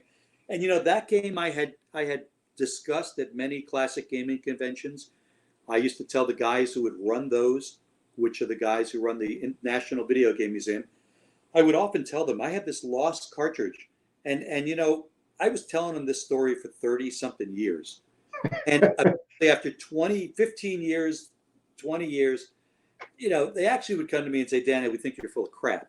We've been hearing this every year. It's elusive. And lo and behold, 2 years ago, it's found in my storage. And there it is. And so I know this other one exists somewhere. So you just kind of found it, and that was what I was started. going to clean up, and we were going through boxes, and I said to my significant other here, I said, Carolyn, I know somewhere in this bloody offsite and all these boxes, there's this cartridge that I keep wanting to find. And that day we started going through boxes I hadn't gone through, and she reached in and she pulled out this little black case with a little red label and said, "Is this it?" And I said, "Oh God, holy crap, that's it." And thank goodness for wives. within a box that wasn't labeled right that I never expected to find again. You would have never looked ever. I mean, this is, you have stuff from 30 years in this offsite. So it kind of makes you wonder, like, find some other very cool Activision things in it. It kind of makes you wonder too, like if this is with you, I mean, I'm sure it's with all of them, right? I'm sure other people have these. David Crane probably has tons of them in his garage somewhere. He's never looked. We always fooled around with prototypes, games that never made it out, games that never went on beyond the prototype stage. And so this is one of them, and I'm sure other guys have it too. Mr. Kitchen, do you ever play your own game? Do you play some crackpots here and there? We are so sick of playing them after 6 or 8 months of writing them and playing them over and over. I do actually. I sometimes plug in Crackpots, which I still enjoy to play. I sometimes plug in Kung Fu Master, although I realize now I made it too hard. There's things I was just gonna say that. I'm like, you play them, but are you good at them? Because you made the game. Change it. I never liked the push-up jump, but I was out of buttons. But certainly, the speed at which the knives come to you, and the amount of energy that's removed from you when you get hit by a knife or something. If I could, I would change it now and do a hack and put it out. Those end bosses and stuff are just insane. I do play some of my games. I don't. When you first finish them, no, you don't want to touch them. I've looked at it for 6-8 months, and I'm tired of it. I'm sick of it. But I do go back and play them, but I mostly play other people's games. It's kind of thinking like, with singers, do they listen to their own songs? Or actors, do they watch their own movies? Or I know actors who would tell me I've never watched a movie of myself. Yeah. They just won't do it. Yeah. They might go to the screening or something and then never watch it again or turn it off if it's on TV. But yes, I have played my own games. But yeah, I can see that though. I mean, if you've designed a game, you probably like the game. So hopefully, yes. Yeah, so it's your creation and stuff. So it's something that you would enjoy playing. Yes. Do I have a game collection? Not as big as I had hoped. Another thing in offsite is I was fortunate enough to find a lot of Atari games that I had. I found all my patches, which were wonderful. The Activision patches are somewhat elusive to find these days. But I don't. Oh, the patches, you mean the things that you sewed on? And stuff. Yes. Not only did we receive them as Activision employees, but I always tried to earn them too. So I happily, I think for the most part, earned almost all of them. Maybe a few I didn't. That's when you take a picture of the screen and mailed it in and got a patch? We wouldn't mail it in, but we'd say, oh, okay. We'd keep a little board in the office and say, okay, Gary won this patch today, and John Van Rysel. Oh, okay, yeah, that makes more sense. Yeah. But I don't have as big a game collection as some people do. I frankly just never really had the room. I had all the systems at one point, but now I do not have all the old systems. So no, sadly, I never collected the games as I probably would have liked to have. But at the time, it was my business. I was in the business of it. So at the office, we had every game you ever wanted. We had every game system lined up in a room that was our test room and our room to review games. We bought everything that came out. So now, when you say every system, do you mean all the like the television, ColecoVision, or every Atari system? Like back in the 80s, we had a room with everything. Everything. In television, 2600, multiple versions of it to test our game on. The Amiga, different systems we had and then we would buy competitive games to play them all and see what they were like. So I never felt I needed a collection because I had it at work. So that makes sense. Like why I have it at home if you had it at work. But now now you're at a point where you don't have it all. But I've gone to some local game stores to buy copies of my own games just so I have them. That's kind of funny. And bought like half a dozen Game Boy Advance games that I had either produced or designed just so I had a copy of them. So yeah, it's kind of funny that way, Well, I think a lot of us though, like I know for me, I didn't, I kind of started out buying games that I only enjoyed. I mean, I was very selective. Like when the Atari Junior came out, I was excited. I loved it. That I was able to buy the Atari that I never had as a kid and buy these games. But I was very selective. I'm like, I really thought about it. I'm like, do I want it? Do I want it? And then I stopped. I'm like, okay, I have enough games, and I kind of put it away. And then I started getting back into the collecting aspect of it. The flea market chasing. Going to the flea markets, finding garage sales. Garage sales. Looking in the papers. Looking for Intellivision, looking for all the stuff that I had as a kid and stuff I wanted as a kid. Like I never had a ColecoVision as a kid, so being able to pick up a ColecoVision was really cool. And cool, yes. So building up, but I wanted to still just stick to the stuff I knew I would enjoy and not just buy things to fill up a shelf. Yeah. But I know some people do. They really just love the collecting aspect of it. And I guess it goes back to that whole physical thing, right? You like the physical aspect of it, so you can fill your shelves full of games, and versus maybe just having a cartridge with everything on it. Like there's those the flash carts and all that. You can just stick your games on there, which is handy because you don't have to change cartridges to play every single game. But I mean it's a different thing. So collecting, it's got its goods and its bad. And like you said too, room, space. A lot of us don't have space. I mean, I know one of the guys I think the three guys who run the National Video Game, Joe and Sean and John. I mean, they met each other through collecting, and their collection has now become the National Video Game Museum.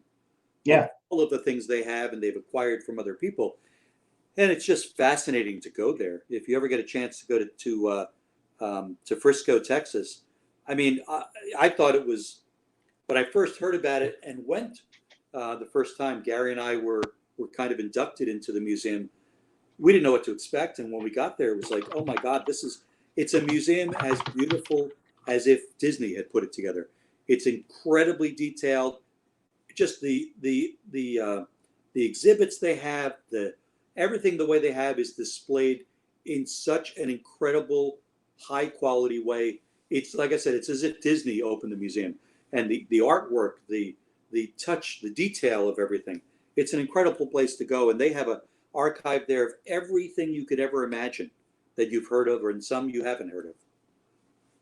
Yeah, and I've heard this debate before. I think I've even talked a little bit about it. There was a lot of discussion at one point about the idea of video game museums existing, and do we need them? Would people go there? What's the point of them? I know there was somebody I did a video on. I'm in Canada, so he's also in Canada. He wanted to make a video game museum in where he lives. He lives about probably several hours away from me, but he wanted to make a video game museum, and he ran into some actual issues with the building permits and all that, and what they would allow as a video game museum to be. Like, you had to have certain licenses and all this. Like, he just ran into a lot of like red tape. But then the other thing was, are people going to go there? And like, even for instance, YouTuber John Hancock, the immortal John Hancock, has a massive collection. Is always going on about a video game museum, and he wants to make a museum. And then there's a small majority of people that are saying things like, "Oh, it'll never happen," and nobody wants the video game museum, and who's going to go and look at old video games? So it is interesting, like, to think about. Like, I personally would love to go to the video game museum, and I wouldn't want it to just be looking. I would actually want to go to one that you can play the games too. Well, that's what you can do at the National Video Game Museum. It's interactive. The town of Frisco has given them full support, has helped build the building, has helped support the entire thing. And what it is, it's a great archival place, so that for years to come and generations to come, there will be, like a museum, there will be archival information about games. You see how brilliant they are now and how amazing they are. Imagine in 50 years what they're going to be playing to entertain themselves. Yeah. And to have a place that will archive the beginning of it, in the later half of the 20th century. And that's really what they do, is they help archive and preserve the art that's involved and the technology that's involved. And it's an incredible hands-on interactive experience, a huge facility. They even have a living room set up as if it was 1983. You can go into the 1983 living room. That's nice. There with the shag rug and the little cart with the TV on, and plug in your Atari or your Intellivision and sit on the sofa and play it. And you got a TV guide next to you, and it's just it's an incredible place to visit. Well, and you can expect things like that, because like things like what was it called? Ready Player One, the movie. Yes. In the book. Yeah. I read the book before the movie. Obviously, the book is a lot different. I really enjoyed the book, but in the movie, like, they had scenes like that where he showed his memory of the kid sitting there in the 80s room and all that stuff, and that was really cool. So it would be interesting to see that. Kind of like the arcades. Like, the arcades have changed throughout the years, and they're almost non-existent in a lot of places, right? And I know in America, you guys have like what's it called, Fun Zone or something like there's a few of them in like Florida. And I mean, fortunately, I have a friend who a few years ago opened an arcade near me, and it is like a 1980s arcade. He has like originals. He has about 100 coin ops. He's got 100 pinball machines, and it's pay one price. You pay $10 and you get to play for an hour. Yeah, I've heard of those. Yeah, little wristband. And it's like going to an arcade in the 80s. And he's got 80s music blaring. He's got 80s stuff on the wall, posters. And it's kind of like a time warp. And it is like we used to do in the old days when we just go hang out in an arcade. The only thing is, you don't have to put in quarters. Yeah. There are those in the States popping up. Yeah, those are cool. Now, that's something I wish that would come here. In where I am in Canada, I'm in like the near Toronto, and there are some that are somewhat arcades, but I find most of the arcades now, they're not about games anymore. It's about winning tickets. It's about we have those buster places. Yeah. Yeah, but there are, fortunately in New Jersey, there are 2 or 3 arcades not that far apart. I mean, I'm saying, an hour or so apart, that are the traditional arcades, no tickets. You can just go in, pay, and hang out for an hour or 2 hours, play pinball. They have classic pinball machines, wedge head pinball machines from the 40s and 50s and 60s. They have the modern pinball machines, and they have every classic video game you could think of, from Pac-Man to Star Wars to games that I've never even heard of. That's what I would love to do. I would love to play on an original Donkey Kong machine. Sure. Sit in an actual pole position arcade. Yep. Where you actually sat down and had the steering wheel. Like that would be incredible. And there's nothing like that here at all. Like it's nothing the same. And well, if you ever make it to the New York area, I'll be glad to take you on a tour of a. Yeah, for sure. Yeah, New York is on our list of one of the places we'd actually love to go to. Like we don't travel a lot, so we would be very selective. But I think both of us, my wife and I, both talked about New York being definitely on our list of must-goes. Outside of the obvious things like Florida and stuff. But just seeing some of these arcades would be amazing because, like, I don't know, I dream of going into these things because all I have is just memories, and it was when I was little, like really little. So Chuck E. Cheese kind of memories. That's what I remember arcades. That's right. And I'm kind of disappointed with Chuck E. Cheese today. We've taken our daughter a few times, and I just sit there looking around going, what is this place? This is not Chuck E. Cheese. This is like, what is this? Like, yes. It's all about the tickets. It's all about winning some crappy prize at the prize counter. And I'm like, this isn't fun. It's gambling. It's a casino for kids. That's right. You're teaching the kids bad habits. Daddy, it's gambling casinos without the attractive waitresses walking around giving you free liquor, right? No booze. Yeah, a little pop. Kitchen, do you have any original Activision stuff from back in the day? Very interesting. I do, in fact. I again was going through my offsite. I found a Chopper Command hat, which we were given to when Chopper Command came out. It's kind of like a desert hat that the French legionnaires would wear back in the 40s when they were going through the desert. With the old days, the joke would be, I'm going to leave and join the Foreign Legion, the French Foreign Legion, to forget all my troubles. And they had a specific hat that you'd wear in the desert. I found that. I found an Activision promotional product for air hockey, which was a hockey puck that they did. And of course, back in the day, I had the Activision promotional items they gave us. The Barnstormer had kind of a jacket, and Chopper Command had the hat, and Starmaster had a jacket, and of course, Pitfall had a very cool jacket with a pit helmet.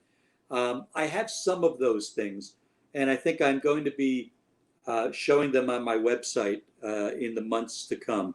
I'm kind of cleaning some of them up and show some of the artifacts that I have located because they're always cool. Activision always was the main company at all these consumer electronic shows that had the biggest parties, and every game release they had a bunch of promotional items they did, and people loved them and collected them.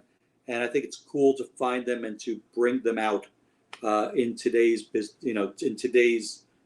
game players, so they can see the kind of things we did back then. Yeah, Activision seemed to always have the cool stuff. I mean, like the box art, like the look, even the cartridges. The cartridges had the better stickers on them. Yes, except for the glue, as we all know. The glue, yeah. We really bad glue, we found out 40 years later. So. Yeah, it wasn't a problem back then when you were stuffing them into the box. But I see guys online do these Activision labels that they must print out on color printers that are incredibly beautiful, and then they put them on their carts so they have brand new labels that look like the original ones. Yeah. There's a few. I remember even another YouTuber, the 8-Bit guy. Yes. He did yes. He did a video on that where he replicated. Yep. I think he did a Pitfall label. I think so. Yeah, he did a Pitfall one, and he also did one for a Nintendo. It was the wrestling one with Hulk Hogan on the front. Sure, of course. And yeah, and I remember actually that started a little bit of a feud, well, not a feud, but just kind of like an online thing where some people got really angry at that because they were like, you're teaching people how to like make these counterfeit labels Label. on the old games, and then you're gonna create a market that people are gonna think that that's real, and it's not real, and so it started a little bit of a thing going around. I thought that's kind of funny, because obviously these classic games, the better condition you get them in, the value is there, right? Like the value is based on condition. Yes. So if you can just go and rip the label off and put a new label on and call it brand new. And so I remember that starting that. I thought that was kind of funny, but most of the time it was people like us who just wanted a pretty label. And I've done even just crappy labels on my little printer over here, just my little, the RGB printers that you get. And it was fine for me because I had games that didn't have a label on it. Like I bought, like I used to buy, like go on eBay and just buy lots of games, where people like a lot of 30 games for the Atari. And some of them had no labels on it. So you didn't know what it was until you plugged it in. Yes. And then so I went and printed out my own label. So it made sense just to do that for fun, right? Any other questions from some of your viewers? Well, I'm combing through. I don't know if everybody's all questioned out. No, there's a lot of people saying they'll. 1 second, I may have something. I'm in the room with some of the things I had brought back from my storage. Well,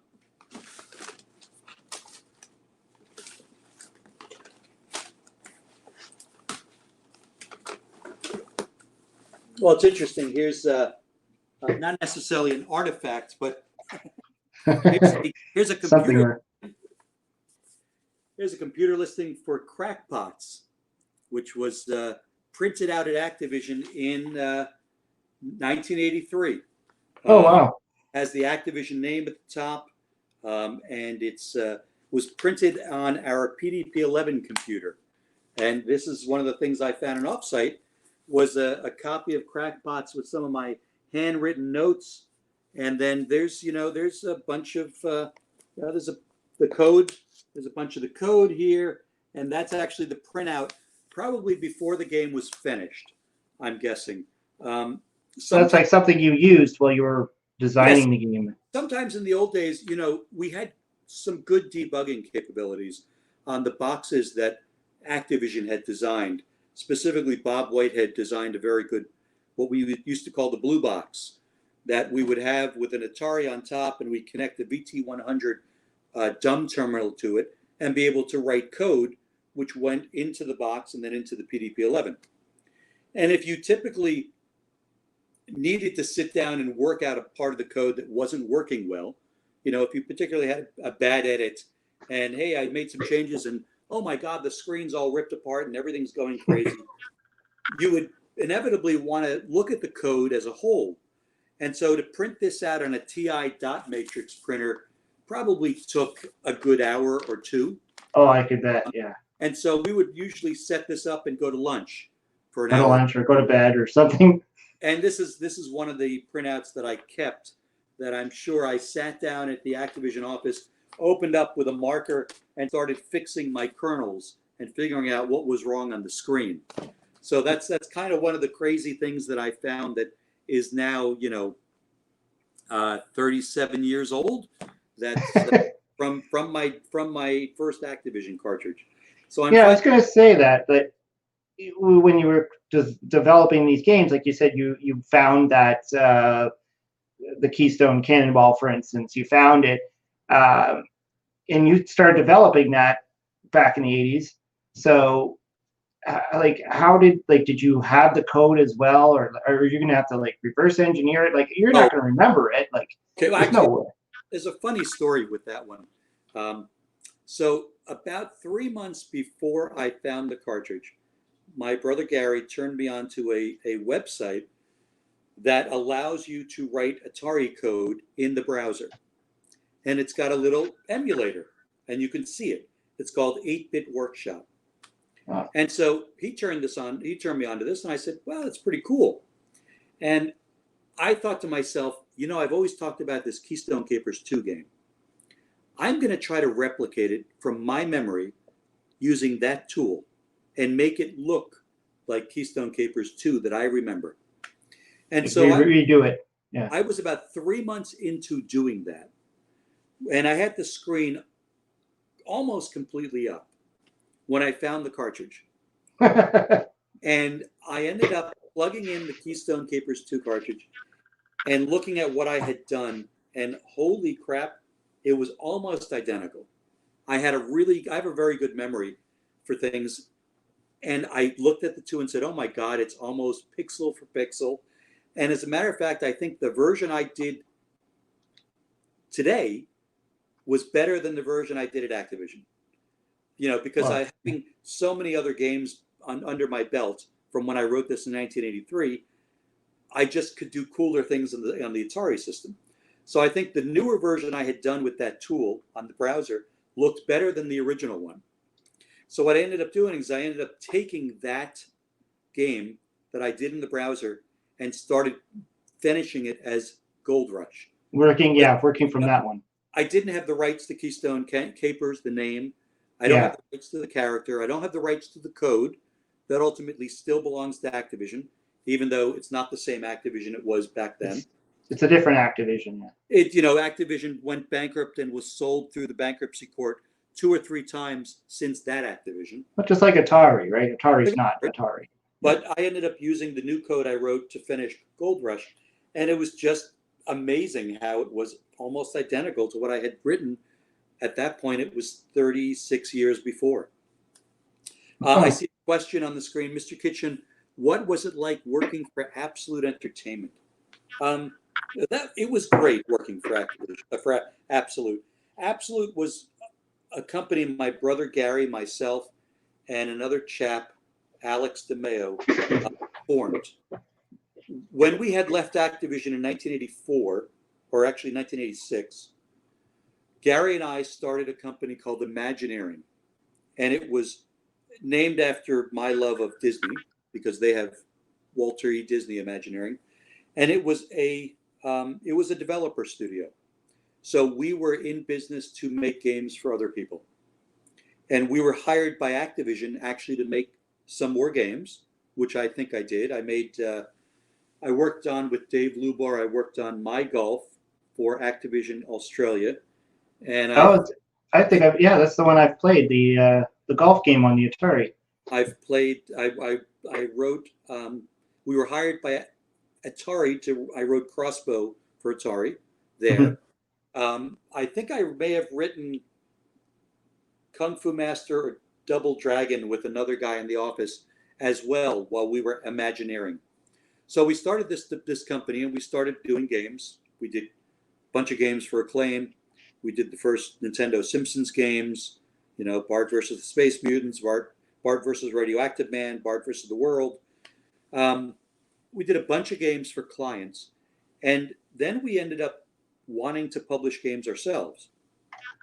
And the first game we wrote was the first game we published was a game by John Van Ryzen, who did Hero. John wrote X-15 Alpha Mission for the Commodore 64. And we ended up publishing it ourselves. So we actually made the discs, we bought the plastic cases, we printed up the manual and everything. And I remember we assembled the game in Gary's living room. We assembled like 15,000 pieces in his living room. That's pretty impressive. And that was the first game we published under the name Absolute Entertainment. And eventually we started to do so many games that we wanted to self-publish that we eventually changed the name of the company from Imagineering to Absolute Entertainment. And that's when we kind of full out did all publishing only, didn't do games for other people anymore. And we did that from 1986, more like 1988 to 1995. And we did a bunch of games. At that time, it was for the 8-bit Nintendo, 16-bit Nintendo, Sega Genesis. So all the consoles out at the time. Atari, still the Atari 2600. Dave Crane did skateboarding. And I did F-14 Tomcat. And we did a lot of games. So that was Absolute Entertainment. I see another question. Mr. Kitchen, do you remember the first time you saw a game that you created for sale in a store. I did indeed. I had finished. I finished my first adventure game called Crystal Caverns, which I wonder if I have a copy of. Hold on one second. Crystal Caverns. It's in my room here. Here you go. Crystal Caverns. There it is. I did this. You can see it's an original adventure designed by Dan Kitchen. And Hayden Software, it came out for $34.95, and it was for the Apple II computer. And I remember walking into, I think it was a creative computing store in Morristown, New Jersey, and they had on the shelf, hanging up there, they had Crystal Caverns, and that was my first game that I published. It was also sold in Egghead, I think was the name of the store, and then there was Software City. And so Gary and I and another chap did a line of these games for Hayden Software Company. And what system was that for? Apple II. Apple II, okay. Apple II, yes. And I remember, yes, that was the first time I went into a store and saw my my disc, which this one's a little damaged, but it's I fortunately have a bunch of these. And then the first time I went into a store and saw Crackpots was very cool, because there was a KB Toy and Hobby World in a mall near us, and we would go in there, and they would often have our new games up for people to play, and we would actually go in there a few times and bring prototypes of new games. So if you happen to be in the store that day, we'd plug in a new game. I remember we did that for Keystone Capers. We did that for Hero, and they were very excited in this store to see a brand new Activision game that hadn't been finished yet. And so Hero must have been pretty impressive too. I mean, really Keystone Capers is great. Hero is another one that's, John just hit it out of the ballpark with that one. That game's amazing. That game is amazing. John just did an incredible job. His first game was Cosmic Commuter, which he didn't put out at that time because Activision didn't think it was good enough. So they held on to it. And then he moved on, and he did Hero, which was just spectacular. Yeah. Well, I guess he was like, you want something impressive? I'll give you something impressive. He's an incredible designer and programmer. I don't think he's in the game business anymore, but he was a really fun guy to work with. I worked with him for, maybe 20 or so years. He also did for Activision the Commodore 64 version of the Fireworks construction set, which was cool because you could create fireworks on your Commodore 64 and put it to music. Weird. I never heard of that one. You could make your own Commodore 64 fireworks shows. It's funny you mentioned that too, because the Commodore 64 was where I first played Hero. Oh, and actually a lot of these games from Activision, I actually learned about them or played them on my Commodore 64, and I had no idea they were Atari games, because when I played them on the 64, I was like, in my mind these were games you could not play. Right. Yeah.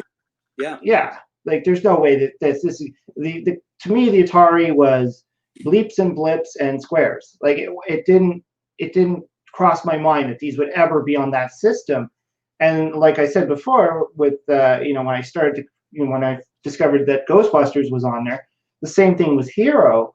And I think I learned about it through the YouTuber Metal Jesus Rocks, because it's like his favorite game. And I'm like, Hero is on the Atari, and I started looking it up. I'm like, really? And then I found out it's expensive. I'm like, holy crap! It's like, it's not. It came on the Atari first. That was the first version of the game. Exactly, and I didn't know that. So when I learned about it, I'm like, wow, you're kidding me! Like, and so I ended up tracking a cartridge down, and it wasn't cheap. In our Canadian funds, everything's world's more expensive. Yeah. we invented inflation. Canadian US dollars. Yeah, so I had to buy it for like, I think I paid over $40-something plus shipping and in conversion into Canadian, and it was a lot of money. But I mean, I was totally impressed when I plugged it in. I'm like, I didn't know the Atari could do this, you know, like, and then I started to realize, you know, there's probably a lot of games I played on the Commodore 64 that actually started on the ColecoVision, started on the Atari, started Yep. on, you know, the Television. older, Yep. yeah. And so it was really nice. It was really cool to see that. And like I said, when I first tried Ghostbusters, I was like, unbelievable that this is on the Atari. I had to actually look up the date and be like, is this a new game? Like, is this new? No, I think it's 1985. Yeah. 1984 or 5. Well, it had to be after the movie, of course. Like, It was after Dave Crane's version.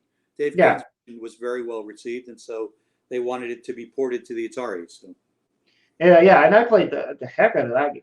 And I figured, you know, even back then, like I remember seeing, I guess this was around like the 85 time. And I remember seeing all these Atari games popping up that, you know, like Double Dragon yes, and you know, even Kung Fu Master, and wondering why they were doing this at that time. And I'm like, you know, Nintendo's out, and you know, it's interesting. So the Atari crashed in '83, but as I had always thought would happen, you know, in 1983, everybody kind of moved. You know, the Atari crashed. 1984, Nintendo NES came out. Everybody moved to that. Well, most of these guys, most of these kids who played these games had brothers and sisters who were younger. And so when they grew up a little older, you know, they were playing the old system that their older brother had played, pulled it out of the closet, and that was the Atari. And so later on in like 86 and 7, I want to say, the buyer from Toys R Us that we knew came to us and said, can you guys make any new Atari games? There's an interest in it.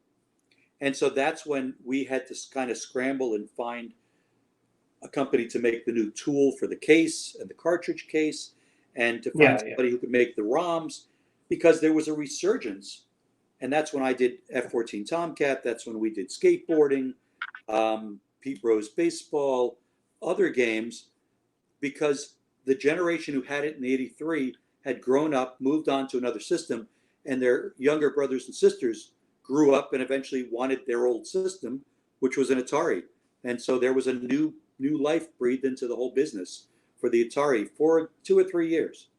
Yeah, it was a short period. I remember it. I still remember going into stores and seeing Atari games everywhere, and then eventually, yeah, they petered off, and then it petered off and gone. went garage sales and estate sales. And there was all these aftermarket style games. I remember like Zeller's, the popular store back then for me, and they had their own line of games, and you could see.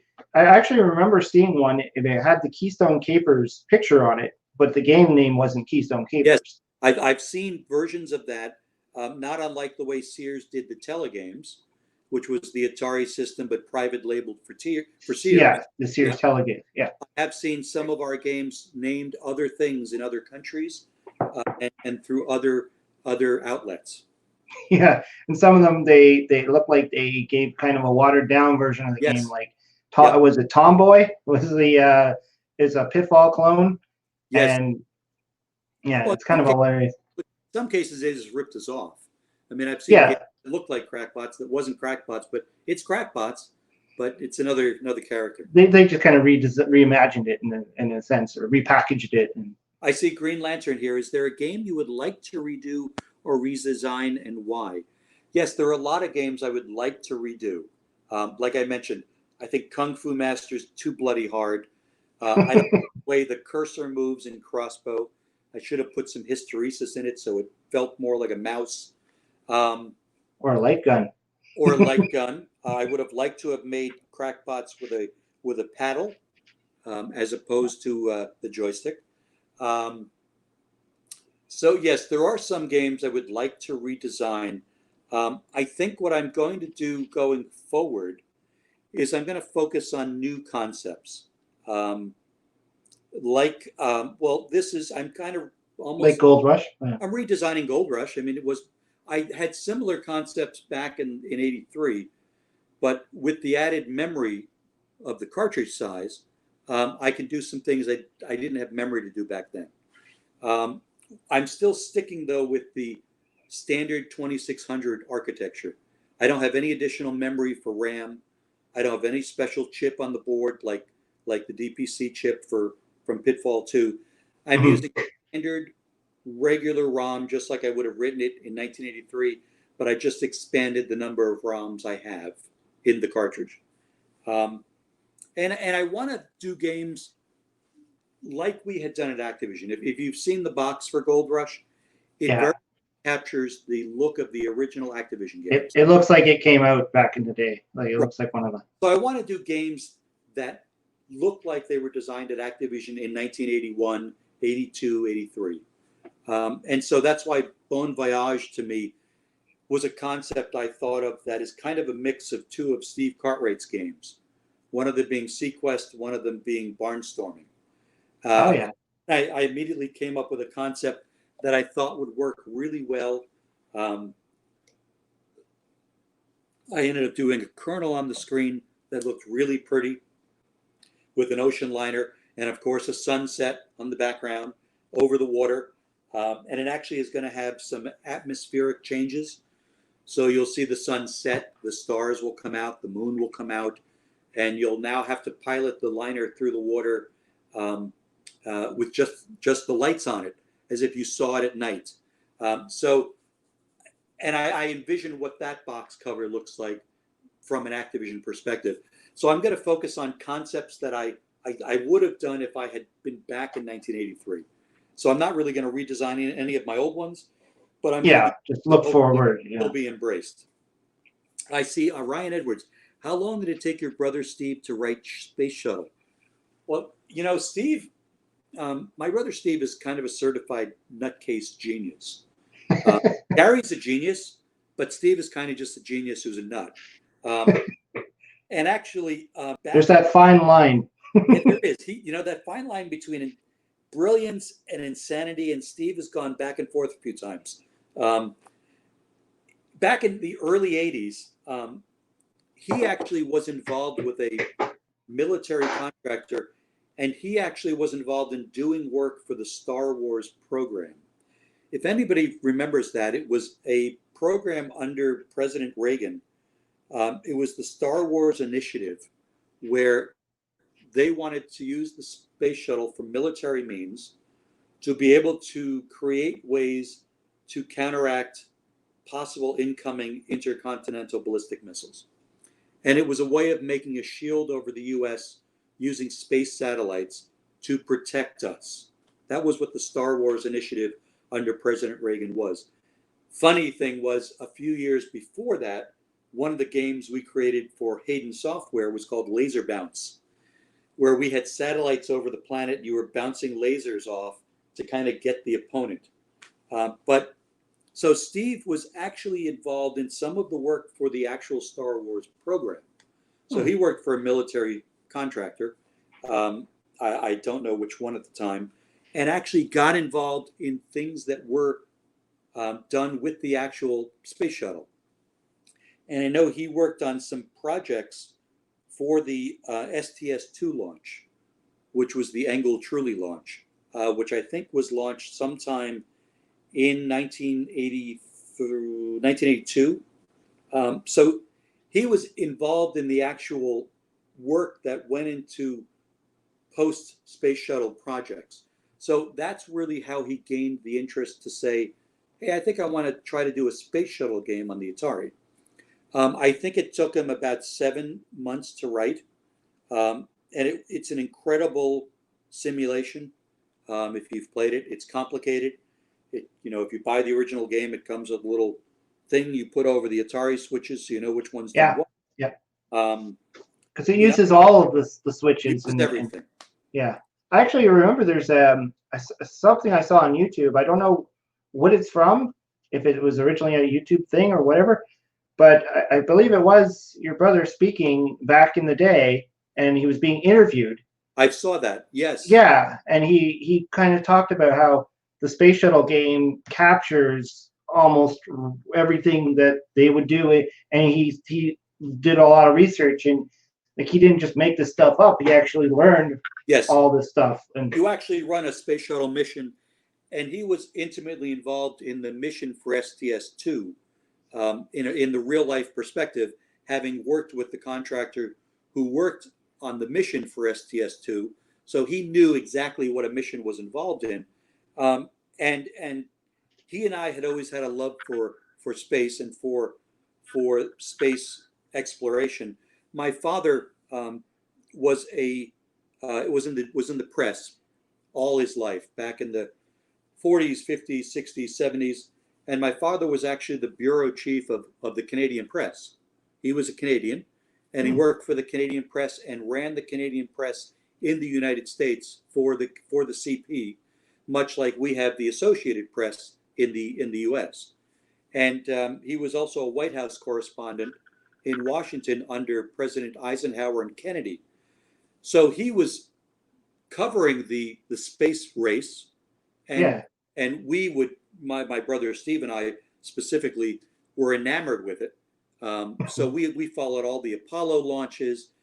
I followed all the Gemini launches, all the Mercury launches, and for interest, we knew intimately what was going on. And I'm into it so much now.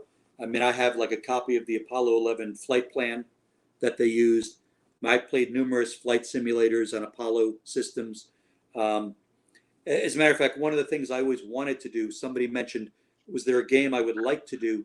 I wanted to do an Apollo 11 simulator on the Atari 2600, where you flew the actual mission like you do for Space Shuttle, but you're going to the moon.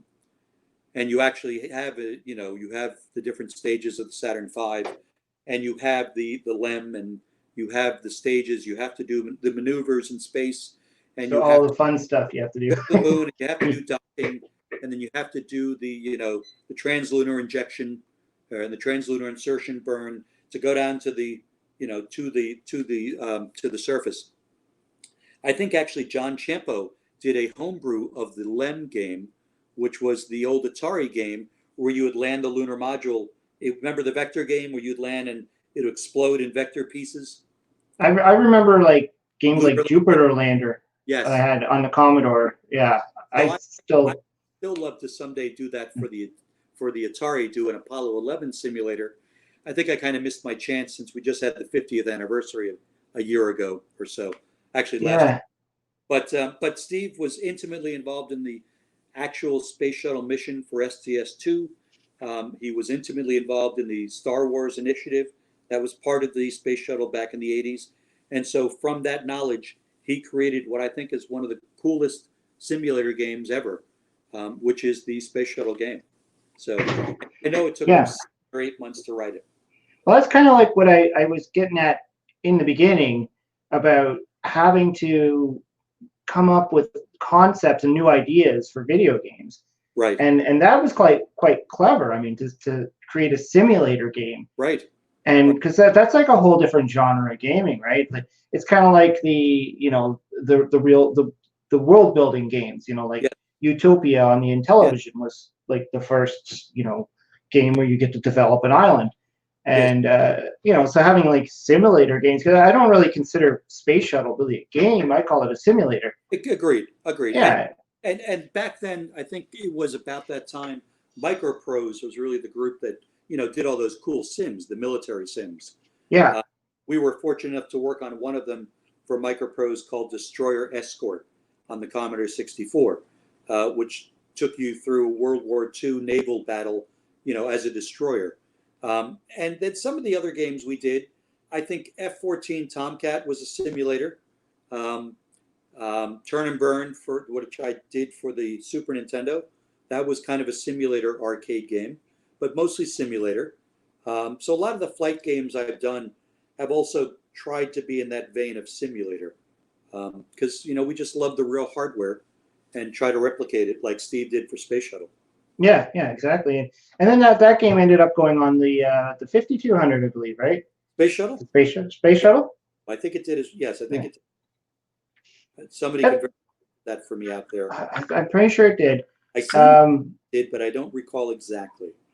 And that's another thing too. Is like, did you ever take an interest in those, like the 5200, the 7800, or did you just want to stick with the 2600? Oh, we did. I mean, our group at Activision, we ported Keystone Capers to the That was on the 5200. Yeah. 5200. Yeah, those machines were okay. I mean, I enjoyed programming for them. They were easier than the 2600 because they had display lists and they had things that made your life a little bit easier. Yeah. But I didn't really get into them that much. I wanted to stick mostly with the Commodore 64 and the Atari 2600 at that time period. Yeah. I'm just going to throw this one up here just because I know we've already kind of answered this one. So X Annihilate 86. Yeah. So if when this is over, we actually answered this one in the beginning, just so we don't have to kind of re-answer it. But yeah, he did get into that a little bit in the beginning. So I thought Colossal Cave was the original text adventure. Yeah. In the 1970s by a couple of guys at maybe Bell Labs or Harvard. I don't remember exactly where. I forget even the chaps' names. They wrote the original text adventure that really became the standard on mainframe computers, and I had a version of it for the Apple, and that really, to me, that's all about imagination. It's like reading a book, playing the game, but yeah, that was one of the most fun experiences because I was an avid reader, and to be able to play an interactive book and read descriptions and know where I was in a world that was incredible.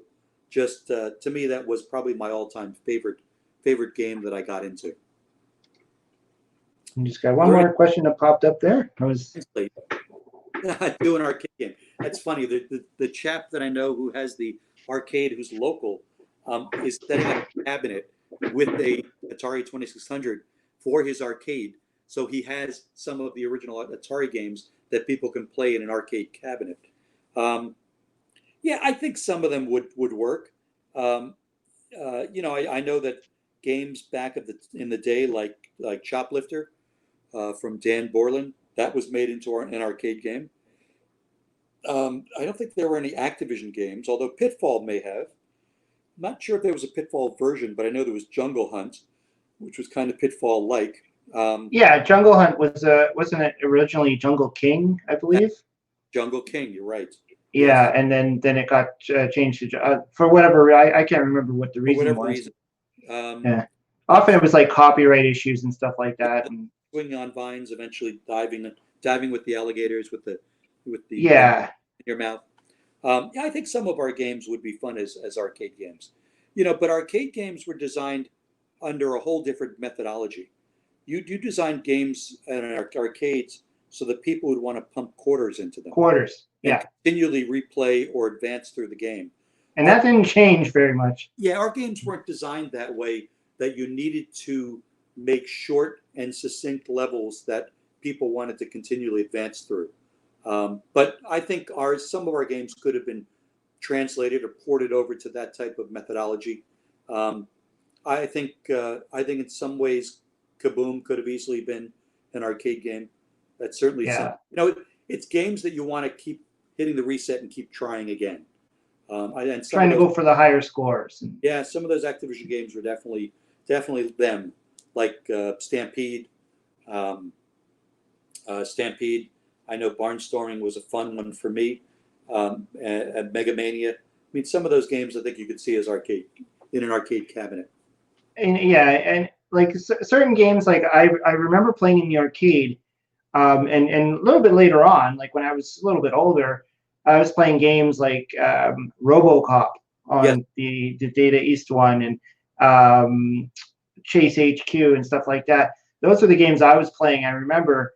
And now that I can play them on my computer and I have unlimited, keep playing.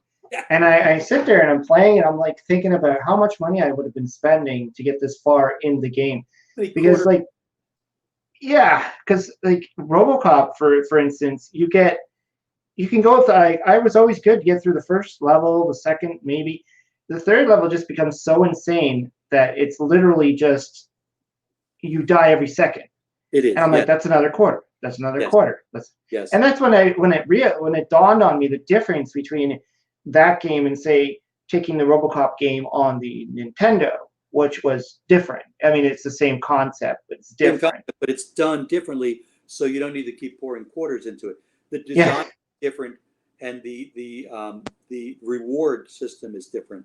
So you have a different. There's a whole different ramp up of how the game plays and feels. Yeah, and you got an end to it essentially. You're trying to get to the end, Yes, and like in some of the earlier Nintendo games for sure, right? Before we even started having continue buttons or save right, features. right, of Yeah, course. yeah, like some games like Teenage Mutant Ninja Turtles, which you compare the arcade version to the one that came out on the Nintendo, Yes, two completely different worlds, right? yes, Like one you had to spend hours on, and the other one was really just a beat 'em up style game, and a lot of those were kind of out at the time, right? There was a lot of those just beat 'em up style. You just yeah. beat up everything on the screen, then you move to the next screen. Move You to the beat up next, everything, like Double Dragon, like Double Dragon, Bad Dudes. It was all about just beating everything up on the screen. Even The yeah. Simpsons. The Simpsons was exactly the same. Grab the vacuum cleaner. Marge with the vacuum cleaner. Yeah. Yeah, and I remember my mom bought me the Simpsons on the Nintendo, and at the time I was only familiar with the arcade game, and so it was different playing a game like Bart versus the Space Mutants, which actually had more of a point to it. It Yes. actually had it has storyline behind it, which is strikingly familiar, like similar to the They Live movie. I don't know if that was intentional. It is intentional. Yes. I figured as much. Yeah, put on the shades. Gary's idea was to put a pair of sunglasses on Bart, and Matt Groening really liked it. And yes, it was Gary's idea to kind of copy the They Live and have it so Bart sees that everything's being controlled by these aliens when he has these glasses on. So yeah, that was Yeah, and it's funny because I actually didn't see They Live until about a year or two ago. My brother-in-law bought it for me, and I never even heard of the movie. I'm like, that's Simpsons. Yes. yeah, I started watching. I'm like, this is Bart versus the Space Mutants. I'm like, wait a minute, I think Bart is that, but it's funny when you learn things later on. You're like, it's like if you watch cartoons like Family Guy, for instance, Yep. Yes. and they make a lot of references to Of stuff, course. and then I watch the movie later on, like I get that's it. where Family Guy got it from. Yes. Yeah, they just make a lot of references to old stuff. Very cool stuff. Any more questions? Any more questions? If anybody has anything, and then we can slowly start to wrap this up. I think we've been going now for 2 hours, so I think we both need to wind this down. I got to get back to coding Gold Rush, and I'm going to find that damn bug somewhere here in Crackpots. Yeah, 38 years ago. So yeah, I can't wait to give Gold Rush a try. That's going to be a lot of fun. well, I am playing it obviously as I write it, and I'm building the levels, and I'm having a good time. It's I'm incorporating a little bit of what Pitfall did, where it has multiple levels in it. You can go into the train cars from the top, so it's almost like an adventure. Keystone Capers with an adventure component where you've got to find out where to find these gold bars on this train. And you might have 6 cars, and these enemies you've got to traverse while you're doing it. But, this car over here has got a blue hatch and it's closed. And then you go up here 2 or 3 cars and you jump into it. You climb down into it in a boxcar. You find a gold nugget, and you also see there's a blue switch. You hit the blue switch, that opened the hatch back at the beginning of the train. So you got to go backtracking. Go back, you go into there, and then now when you went into there, you found another gold nugget and another switch that opens the yellow hatch on a car that's right up by the engine. And so you have to kind of go back and forth and find these different cars. And I have things in there like these switches. I have buttons that make these little flags appear on the trains, and I won't tell you what those do. And then I have different cars, like circus cars and magic cars, and these are reminiscent of the way in the old days places or people would travel. There was like the magician, like Harry Blackstone, the magician, would travel from New York to Chicago, and he would have a train, and it would have a dozen or 2 dozen cars with all his magic gear, and they would travel by train. The circus would Yeah, travel yeah. everywhere. And so you'll have all these cars on the train. You'll have different types of kind of industrial cars, but a lot of magic cars and mystery cars and box cars carrying different stuff. And in some of these cars are different things that you'll have to learn how to use to be able to go to places in the train. And some of the cars are connected together. So like in Pitfall, you can climb down and jump over the Scorpion and go 5 or 6 screens over there. You can jump into a car and they're all connected, but you can't go in them unless you unhook that, unless you open that one hatch at the back. And then you can go through, you go through 5 or 6 of these cars to get to somewhere where you'll eventually find what you need to. And then you can either find a way to get out there, or you got to go all the way back and circumvent everything to get out there. And I have ways for you to save time, ways of you to collect time. So Sounds like there's a lot going on. there is. Yeah. I'm hoping to do 50 or more trains in the game, or 50 or more levels. And some of them will need more time than you actually have on the clock to do. So in some of the trains later on, you'll find the typical railroad stopwatch or pocket watch that a conductor would kind of wear and look at on his vest to see what time it was. And those will give you more time. Add time to that. There's a lot of objects in there that will give you some very fun effects. You need a warp zone. Exactly. The magic car has some boxes that have question marks on them. And it's kind of the box where you jump in and you close it, you open it, and you're gone. Well, where do you go? You'll find out in the game where you end up going. Now, you said earlier that you didn't have the rights to Keystone Capers, and Right. it's owned by Activision. So is this game going to be actually related to the first game by story or character, or is it just reminiscent of it? Yeah, the character is not Keystone Kelly, it's Casey O'Kelly. So it's Keystone Kelly's cousin from the old country, from old Ireland. Oh, don't you know? So Casey comes to the States, you see, and he needs a job, and he goes out west because they don't need him in Southwick's department store, and Casey gets a job out west as a train conductor, and there are some levels where you may actually see some cameo characters of some of the more famous Activision characters. That's cool. You may see Keystone Kelly traveling the rails with his cousin. He may actually bring some of the things he had from Keystone, from Southwick's department store. There may be a train car or two moving. With the radios or something. Maybe some of the things from Southwick's are being moved out west. So yes, there is definitely connection in the storyline to the original Keystone Capers game. Yeah. Well, I guess, yeah, because like you said, if you can't use the rights, you're going to have to kind of it's a completely different Activision now. That's a multi-billion-dollar company that does Call of Duty, and I'm sure they have acquired the rights to all the old games, and there's really no point in me using those rights when I want to create a new company in the spirit of Activision, and I can tie into the Keystone Capers mythology and character. So I thought it would just make sense to create Gold Rush as a brand new title with a background from Keystone Capers. It's kind of like, kind of taken from it. And the game has an homage to other Activision games, which you'll find in the game. You'll find some references, somewhat comically placed, to other Activision games that we all know and love. So we all have to keep our eyes open. And you do. There's going to be some pretty wicked cars in there that you're going to say, "Oh my God, I can't believe he did this." I'm pretty proud of some of the things in there.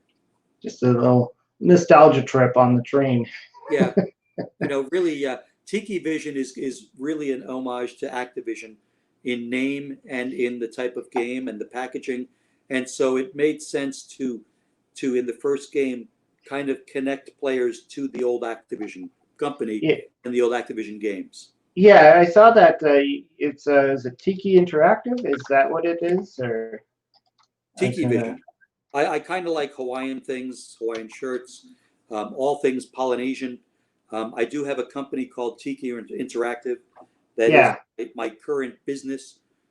We do video games, or we do more artwork and games for the business world. We do a lot of artwork for online games. Some of them, like some games that Zynga does. We did a lot of work for Farmville. We do work for games by Pixelberry and by Pocket Gems, and a lot of these online game portals. That's what Tiki Vision does. We've done a lot of games that are like advertising games in Snapchat, um, for people like Hellman's Mayonnaise and GAF Corporation, um, and Showtime, the Showtime network. So that is my day job, where I do games for clients, yeah. and Tiki Vision is the other business where I'm going to be doing the Atari games. So Tiki Interactive and Tiki Vision are two different things. Correct. Yeah. Yeah. Okay. Tiki Vision will be the publisher of the Atari 2600 games. Tiki Interactive is my game company that does mostly some business to consumer games, but mostly business to business work. Yeah. But Well, it's I think we're ready to wrap this up. We've had a lot of great questions from the chat. A lot right. of cool. I mean, you can go on with this stuff for a long time and just keep going. There's just so much to talk about. There's so many interesting things to talk about of the past and of the future. And I Yes. think we're all now excited about to actually try this Gold Rush. Um, did you actually have a date in mind when it's going to be released, or is you still it's still I you will. don't want I'm going to do a Kickstarter primarily to raise funds for the manufacturing of it, and I had hoped to launch that in May, but with the COVID pandemic, to? Yeah, and in the States we have 40 million people unemployed. Um, a lot of people have been hit financially negatively in this way. sure. Yeah, And so I didn't want to release it when people were, it's more important for people to have money for food and for rent and for the mortgage than for things like games, video respectfully. games. Yeah. So I think I'm going to do my Kickstarter probably in August, and that will allow me to manufacture the game so it can be out before the end of the year. Yeah. So But also, my manufacturing facility that's in China was making the cartridges. They were shut down for 3 months, and so with the whole pandemic, it really just felt right to slide it a little bit further into the year. okay, well that's pretty. That makes a lot of sense. And if and hopefully you're going to make the ROM available for some people too. To After the game is physically released, you'll be able to buy the game in cartridge in a box, Yeah. and that will come with a poster. You'll be able to earn the patch. If you check out my website, I have a patch like the old original Activision patches. Each game will have a patch that you can earn. On my website also, you'll see I'm doing a set of collectible cards for the game. These are cards based on the characters and enemies in the game, that's and pretty cool. a collection of about 25 of them, which you can also acquire through the Kickstarter funding or Kickstarter campaign. And then I have there's a couple of newspapers on the site, which are replicants of old style Western newspapers that I've created for the game that has clues and hints in the game in the Oh, news. neat. And I'm going to be coming out with a series of more of them, and then you can also acquire those, and they'll be physically printed as kind of a promotional prop that you can get. It's a lot of And cool stuff. I intend to have a when the game ships, I intend to have a T-shirt for the game, and also probably a hat, probably like a conductor's hat, not unlike what we used to do at Activision, where we had the Pitfall helmet, the desert hat, Yeah. just things that we had as merchandise.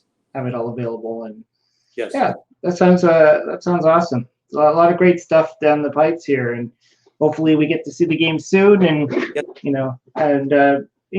are you going to release any early gameplay footage beforehand? Yes, I will actually in the next few weeks. I'm going to do an update on my blog. If people haven't already, they can go to goldbrushfootage.com and subscribe, and they'll get my blog. I'm going to do an update with some footage, and then I think I'm going to do some gameplay footage exclusive to the Zero Page Homebrew show, which I'm sure a lot of your people are familiar with. I'm going to work with James O'Brien there to show some of the game footage on that show. So there will be snippets of game footage coming out as the game approaches its Kickstarter launch. Cool. Awesome. Okay, well, I just want to say thanks again for coming on the show. It's a lot of pleasure having you here. I love to tap into the, all the history and just the experience that you have. Yes. And the people that you know, and it's really cool to talk about these things that I've always myself wondered, like when we were talking about the Coleco thing and, things that I've always just wondered, and it's really cool. I mean, like I said, I showed this before. Patrick Hickey Jr. He spoke to you a few times and did an interview. I'm in either that book or the next book. Yeah. He's got a couple of them, and just reading this and seeing like the stuff that you were talking about, it really resonates at that. What people went through in the day, and that things are still happening today, and they're still breathing life into new games, and it's a lot of fun. I love it, and I appreciate that there's still an audience playing my old games and interested in my new work as well. Yeah. I still got a lot more videos to do, so I'm probably going to be covering some more of your stuff. Thank and hopefully one day I get to play Gold Rush and cover that too. Good. That'll be. I'm honored, and thank you for the opportunity to sit and talk to you and visit the man cave. And I wish everyone a wonderful evening and a wonderful weekend coming up. And hopefully we'll get some Gold Rush footage out there soon. Okay. Thanks everybody for coming into the chat Great, and the questions. That's really awesome. Thanks. Bye-bye now.